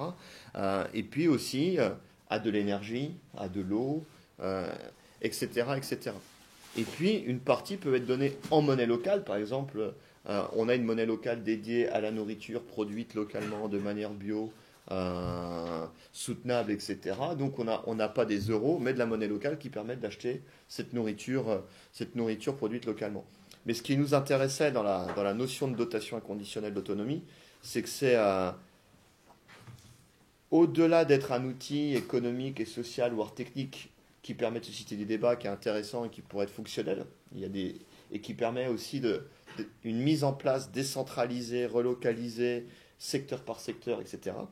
C'est surtout le débat que ça génère. C'est-à-dire que ça amène à être obligé, quand on parle par exemple de gratuité de l'école, ça amène à ouvrir le débat, quelle école ? Gratuité de la santé, quelle santé ? Est-ce qu'on a envie d'avoir gratuit un système de santé tel qu'il est aujourd'hui, totalement aberrant, dans les mains du lobby pharmaceutique, où les entreprises pharmaceutiques, alors on va revenir sur la question de la pub et de l'éducation, les entreprises pharmaceutiques dépensent plus d'argent dans la publicité que dans la recherche, tout en pleurant qu'elles n'ont pas suffisamment de moyens pour faire de la recherche, pour soigner le cancer, etc. Donc, toute une réflexion sur qu'est-ce que la santé. Revenir peut-être à l'essence de la santé, comme disait Hippocrate, ton médicament sera ta nourriture. Donc, voilà un peu toutes les réflexions autour de la DIA par rapport au revenu de base. Et je développe un peu toute cette idée-là dans une vidéo. Il y a eu un colloque il y a quelques semaines au Sénat. Il y a une vidéo où je développe un peu toutes ces réflexions-là, donc si ça vous intéresse d'aller voir plus loin, vous pouvez voir ça.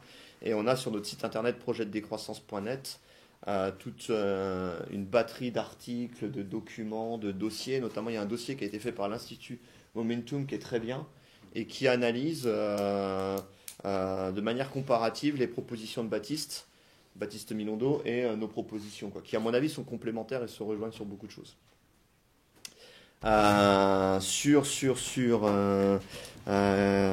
ça c'est fait. L'échelle globale. Hein ? Ouais, sur le global. Alors ça c'est toujours l'argument qui nous amène dans cette situation où il est plus facile d'imaginer l'effondrement de notre civilisation plutôt que la sortie du capitalisme, parce qu'à chaque fois non mais si le voisin commence pas, moi je commence pas. Et ainsi de suite. Mais en fait, il y a deux choses. La première, c'est que la transition, elle est déjà en marche. Je parlais tout à l'heure d'une transition silencieuse. Et elle est en marche partout. C'est-à-dire qu'elle n'arrivera pas du jour au lendemain de manière totale. mais elle sera continue, avec des moments d'accélération, elle ne sera jamais homogène, elle sera toujours hétérogène. Et pour illustrer ça, je vais prendre l'exemple de la Hongrie, qui, soi-disant, en 89, est sortie du communisme, ou du capitalisme d'État, où, quand on regarde dans le détail, donc l'histoire officielle, c'est avant 89, c'était le mur, c'était les gens qui avaient des tocs, il faisait froid, il n'y avait rien à manger dans les magasins, c'était la dictature, c'était horrible, etc. Et puis en 90, c'était le libéralisme, c'était magnifique, tout était coloré, les supermarchés, les rayons étaient pleins de dizaines de couleurs, de produits, tout était beau, tout le monde vivait dans un beau monde. Mais quand on regarde les choses dans le détail, c'est beaucoup plus compliqué. Et en fait, on se rend compte que le libéralisme arrive en Hongrie dans les années 60, avec les premiers accords d'échange internationaux, notamment avec l'Allemagne. En 70, les premières entreprises étrangères s'installent en Hongrie. En 82, le premier prêt du FMI et les premières réformes institutionnelles, structurelles vers le libéralisme se mettaient en place dès 82. Ce qui fait qu'en 89, en fait, le mur tombe, mais le pays est déjà, toute l'élite politique hongroise est déjà culturellement dans la logique du libéralisme. Et puis l'aventure continue. Et en 2010, donc 20 ans après la chute du mur, donc 20 ans après, soi-disant, la fin de l'histoire, arrive au pouvoir quelqu'un qui était un des leaders libéral de 90, qui était un anticommuniste convaincu, qui est devenu une légende en prenant le micro lors d'une fête nationale, en appelant les soldats russes à rentrer chez eux, et ainsi de suite. En 2010, à des fins électorales, il revient au pouvoir en utilisant une narration et un mode d'organisation du pouvoir hérité du cadarisme du système précédent. Et là où en 1960, le libéralisme commence à arriver en Hongrie de manière non homogène, de manière parsemée, toutes les élites politiques sont culturellement dans le libéralisme dans les années 80, en 2010, le mec est élu et se tient au pouvoir depuis 2010, en utilisant les outils du communisme, parce qu'il y a toute une grande partie de la population qui, culturellement, est toujours restée dans l'ancien système. Et je dirais que c'est pareil aujourd'hui avec le capitalisme ou la décroissance dans notre société. Il y a déjà une partie de la population qui, à travers certains comportements dans leur tête, plus ou moins, sont déjà engagés vers ce que j'appelle la décroissance. Là où d'autres s'entêtent, comme Macron et ses amis, de manière totalement débile et mortifère, dans la logique du capitalisme, du néolibéralisme, de l'innovation, de toutes ces conneries-là, et ainsi de suite. Et l'enjeu, c'est de savoir comment est-ce qu'on fera basculer plus de ce côté-là ou de ce côté-là. Mais ce ne sera jamais une société totalement libérée du capitalisme, totalement décroissante, totalement... Comme aujourd'hui, on n'est pas totalement dans le capitalisme, comme la démocratie, c'est pas tout blanc, tout noir, c'est toujours beaucoup plus complexe, hétérogène. Et en fait, c'est comment culturellement on crée des dynamiques pour peser de manière beaucoup plus forte. Et ce qui est intéressant, c'est que cette question sur la décroissance, il faut qu'elle soit globale pour pouvoir se mettre en place, sinon c'est utopique, etc. Je l'entends partout, c'est dans tous les pays, on l'entend. On parlait tout à l'heure des Africains, on en discute avec les Africains, c'est là, la décroissance, on est d'accord. Le seul problème, c'est à cause de vous, on ne peut pas la mettre en place, parce que c'est vous qui nous imposez contre l'impérialisme, la décroissance. Puis les Français vont dire, ah, mais c'est à cause des Américains. Puis je discute avec les potes, les États-Unis, je discute avec les potes états-uniens, on va dire, ah, mais c'est à cause des Chinois. Puis là, on va discuter avec les Chinois, puis ils disent, les Chinois, nous, on en a marre de ce système à la con, on est devenu l'usine du monde, et c'est nous qui bouffons toutes les pollutions de ce que vous consommez. Puis après, on va dire, ah, mais le problème, c'est les Indiens. Ils sont je ne sais pas combien, etc. Puis là, on va en Inde et puis on se rend compte, il y a des mouvements avec des marches magnifiques, notamment menées par des femmes pour une autre agriculture, pour rompre avec le développement qui a déstructuré les rapports sociaux. Donc on se rend compte que partout, il y a ces débats-là.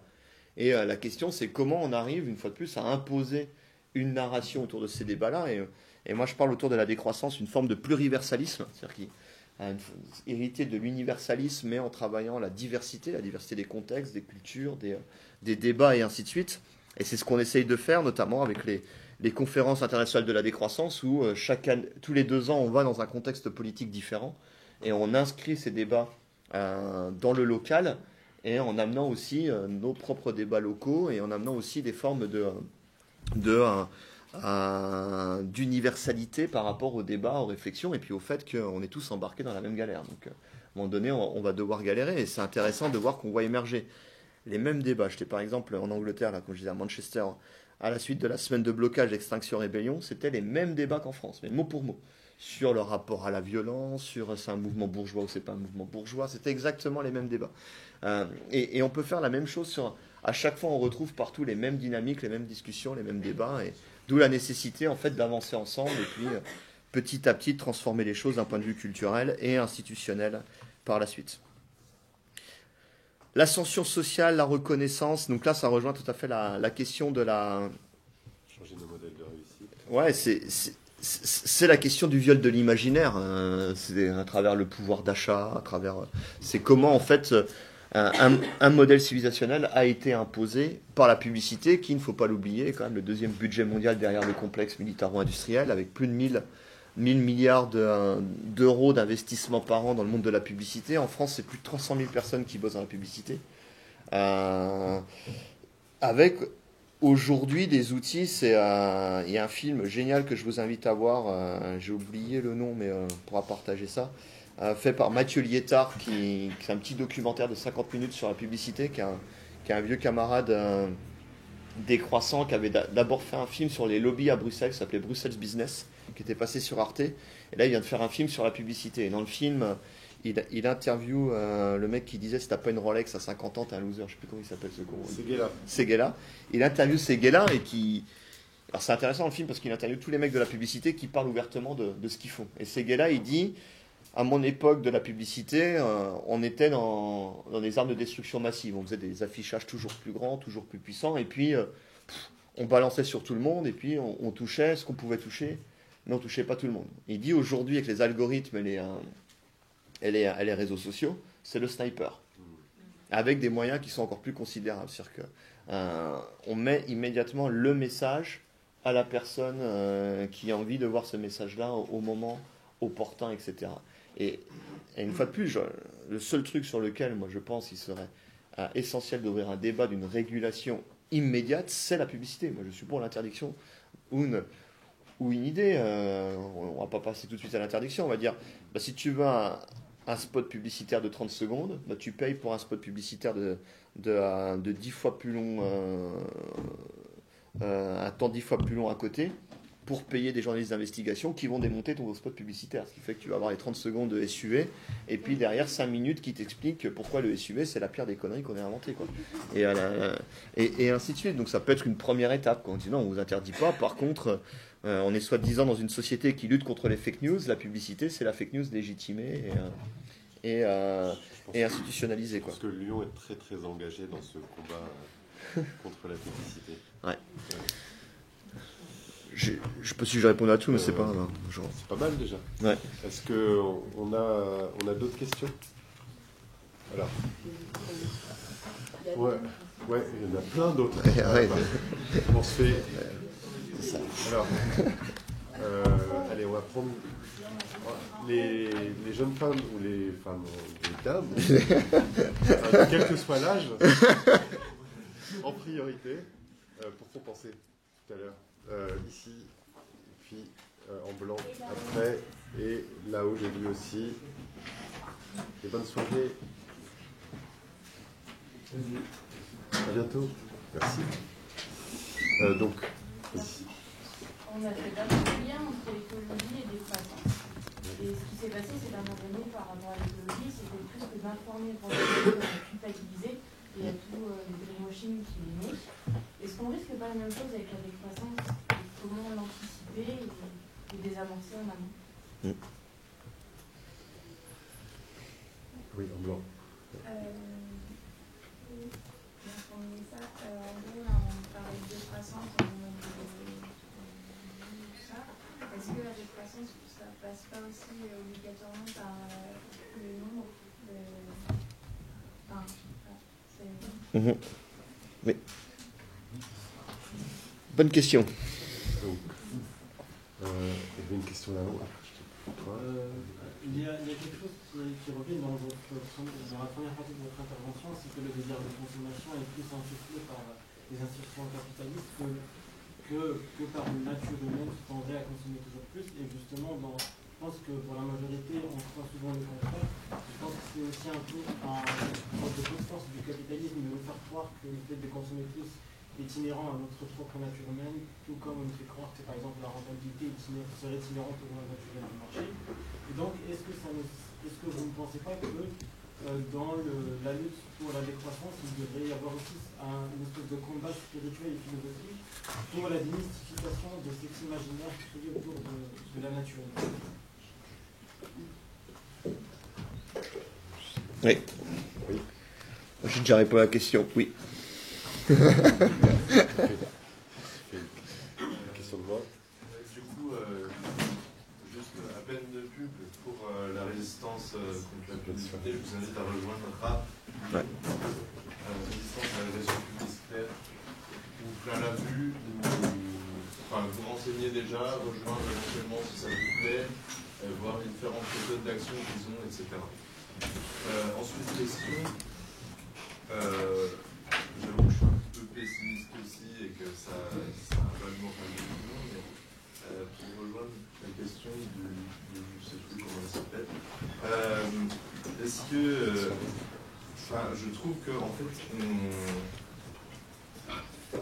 quand on fait des espèces de résistance comme tu le fais dans la décroissance, etc., en fait, au final, on le vit pleinement. Et comme tu parlais des stagiaires qui viennent, en fait, on le vit pleinement. Et on arrive à retrouver de l'espoir. Sauf que quand on en sort, on revient à une vie normale, et ben là, on est complètement déboussolé et on se dit, mais merde, en fait, le monde, il n'est pas prêt de changer du tout. Et en fait, les chiffres sont là, même en faisant rien, en faisant aucune production de CO2 jusqu'en 2030, on aurait quand même une augmentation de température générale de la planète qui serait de 2 degrés. Et 2 degrés, c'est déjà énorme, c'est une montée des océans, c'est des tempêtes, on ne peut même pas imaginer ce que ça fait. Et là, on continue, on n'a pas le temps en fait, on n'a pas le temps que ça change doucement, on n'a pas le temps. Donc c'est pour ça que moi je suis un peu désespéré et que je comprends la jeunesse qui, comme moi, est désespérée. Et je pense que c'est bien de construire, mais c'est bien aussi de détruire. Développe. Non, ça m'intéresse.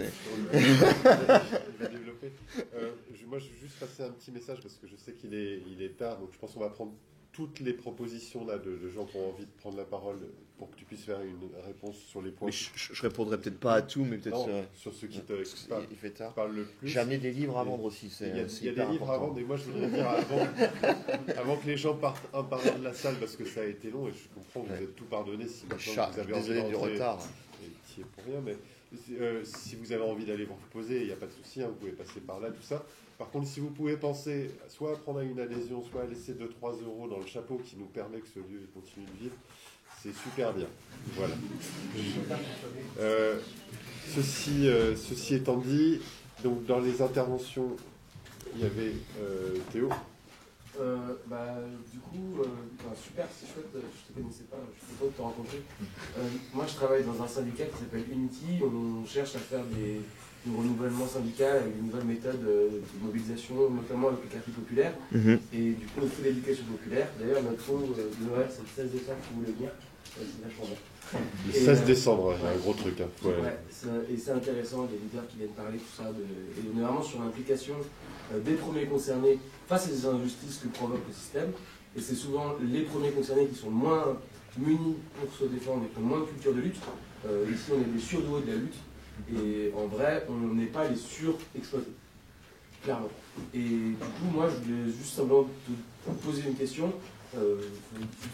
Si tu as une méthode, une technique que tu as utilisée souvent, ou qui a bien fonctionné dans les assemblées, dans les ateliers, parce que moi ce que je remarque, c'est que souvent on comprend très bien les choses, mais on a du mal à construire ce débassin dont tu parlais à un moment tout à l'heure. si tu as des tips ou des outils qui fonctionnent bien ou que tu as déjà testé bien, partage-les. Oui. Je voulais juste reprendre une question pour la personne est partie sur la plateforme d'évolution et sur le plan international de la coordination et sur les conditions de possibilité d'une décroissance isolée de la même manière que le socialisme dans un seul pays. La décroissance dans un seul pays, c'est une condition de permanence. Tout à l'heure, vous parliez de personnes qui seraient déposées si jamais un peu une solution autoritaire de décroissance. Est-ce que une solution pacifique c'est pas déposée, c'est pas une pratique complotiste, mais il y a des moyens d'action qui sont gouvernementaux. C'est simple à répondre. Je rebondis sur la question, parce que tu as évoqué le retour à une vie normale. Et moi, ce qui m'interroge beaucoup, c'est justement comment, en pratique, faire en sorte que ma vie normale de tous les jours, je puisse vivre de quelque chose qui me paraisse soutenable, qui me paraisse désirable. Et aujourd'hui, je n'ai pas trouvé encore. Voilà. Ça te fait pas Voilà. Je suis pas obligé de répondre, c'est plus... Moi, je répondrai pas. Hein. Nicolas. Je rebondis sur le rebondissement. Est-ce que dans les scénarios décroissants est pris en compte la possibilité de capture de CO2, que ce soit forestière ou industrielle, pour rester en dessous des 2 degrés? Là, je parle vraiment de pessimisme, optimisme, etc. Comment faire pour éviter le pire, en gros, dans un projet décroissant? Moi, j'arrive un peu en fin de conférence, donc je m'excuse. En fait, je voulais juste connaître vos points de vue sur les énergies renouvelables. Tout simplement, en fait. Pas mal, là. Voilà. C'est-à-dire que c'est ce que vous en avez déjà parlé. Et en fait, voilà. On arrête là, ça fait... Je pense que tu as un bon paquet, là, mais juste une remarque. Là, la décroissance, c'est pas ça juste pour...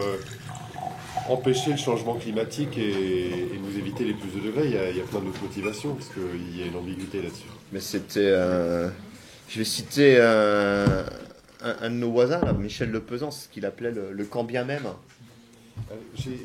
Moi, je propose, pour qu'on se fixe une deadline, je te 5 propose... minutes Ouais. Maximum. 5, ça te va? Ouais. Allez, 5 minutes, comme ça on finit à 23h pile. Non, le quand bien même, c'est-à-dire que c'est ce qu'on disait même... Une croissance infinie dans un monde fini n'est pas possible, mais même si c'était possible, est-ce que ce serait souhaitable? Et je crois que c'est la grande force de la décroissance, et c'est ce qui la protège aussi d'une récupération médiatique. Il y a eu des tentatives.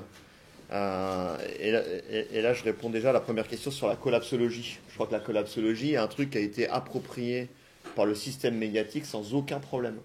Parce que en arrivant avec une vision réductionniste du problème, sans mettre au cœur des réflexions la dimension politique, la dimension culturelle, la dimension même utopique. Je crois qu'on a besoin de recréer des utopies, des projets alternatifs. Et je ne critique pas les porteurs du projet. Je parle de vraiment la construction médiatique qu'il y a pu y avoir autour de ça. Et je crois qu'ils n'ont pas été suffisamment prudents, mais pour avoir été à certains moments sur certains sujets pris dans des dynamiques médiatiques, on ne maîtrise pas tout quand on est pris là-dedans. La collapsologie a été très vite appropriée par le système, où c'est quelque chose qui s'est avéré dépolitisant. À un moment donné, on ne pouvait plus éluder ces débats-là. C'est-à-dire que la population s'en rendait compte. Donc du coup, on parlait plutôt de collapsologie que de décroissance.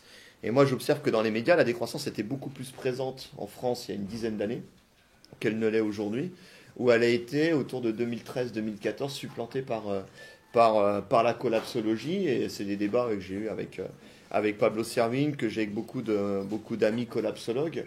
Et moi, je me bats avec d'autres pour que la décroissance retrouve des espaces de débat médiatiques, mais elle porte en elle cette difficulté, et c'est une de ses forces, mais c'est une difficulté dans le système, c'est que, on le voit ce soir, elle touche tellement à tout que c'est vachement compliqué d'aller chez Apathy, puis en 2 minutes dire, pas en 2 minutes, parce que la télé c'est 30 secondes, de dire c'est quoi la décroissance, et d'apporter Gors, Illich, rapport à la technique, l'écoféminisme, etc. quoi. Et c'est la grande difficulté, d'où la nécessité d'avoir d'autres espaces de débat, de réflexion, mais Et le fait que je parle aussi d'une transformation silencieuse, c'est que très souvent notre cerveau fonctionne de cette manière-là. Si on a l'impression que s'il n'y a pas un buzz de like ou de tweet, ça n'existe pas, alors que la réalité, elle n'est pas là. En général, demain, si je veux faire un article qui va faire du tweet, il faut que je crée de la polémique. Mais ça ne va pas susciter un débat qui va avoir du sens. Et si on fait un papier qui a du sens, qui suscite du débat, on ne va pas créer de polémique, donc il n'y aura pas de tweet. Et on est pris un peu dans ce piège-là. Rapidement sur la question de la démographie.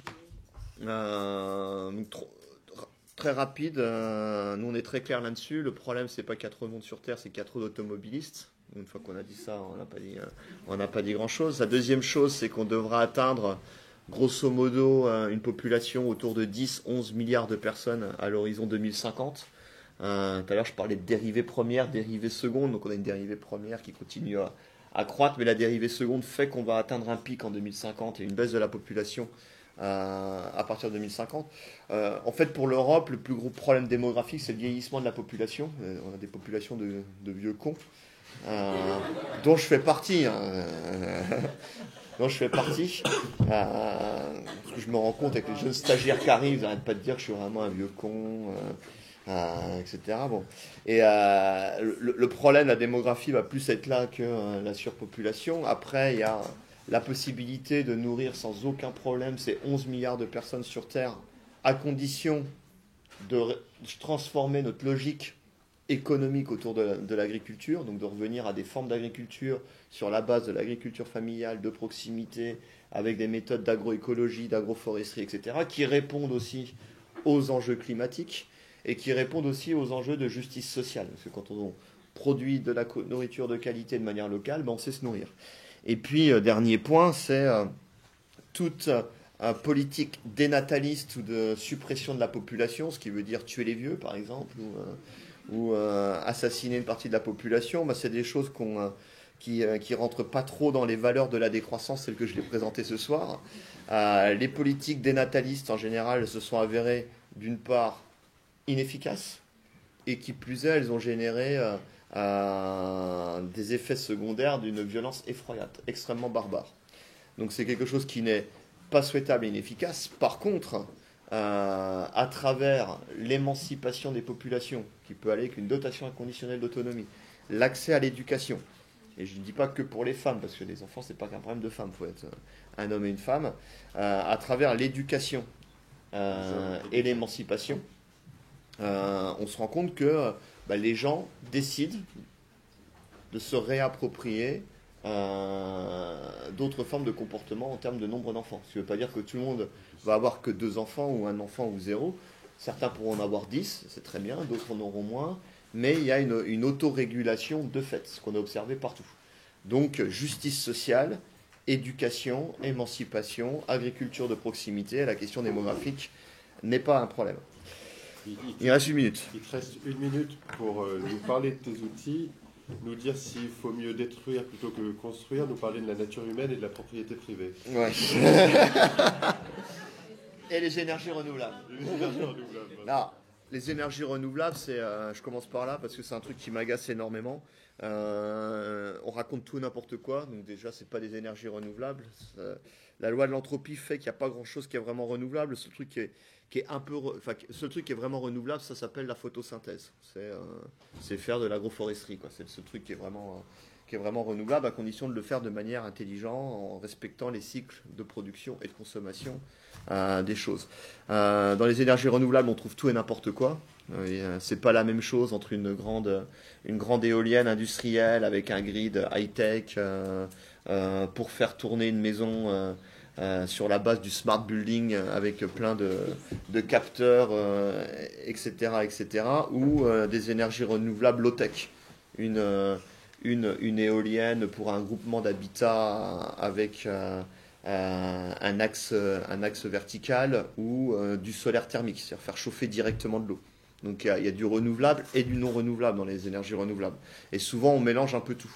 Donc moi je suis favorable, ce qu'on fait nous à Budapest, au développement du low-tech autour des énergies renouvelables, autour de l'éco-construction, autour du solaire thermique, autour de petites technologies faciles à s'approprier, à mettre en place, comme des éoliennes à petite échelle, avec par exemple des techniques de stockage de l'énergie en pompant de l'eau qu'on fait monter puis qu'on fait redescendre, donc des choses très simples comme ça, et pas de l'énergie renouvelable telle qu'on nous le vend dans la Startup Nation de Monsieur Macron et de Elon Musk, où on part dans tous les sens, et derrière c'est surtout de l'extractivisme, des métaux, des matériaux rares qui sont très compliqués à aller chercher et qui sont très polluants à produire, et une fuite en avant autour des smart, un peu tout et n'importe quoi dans tous les sens, quoi.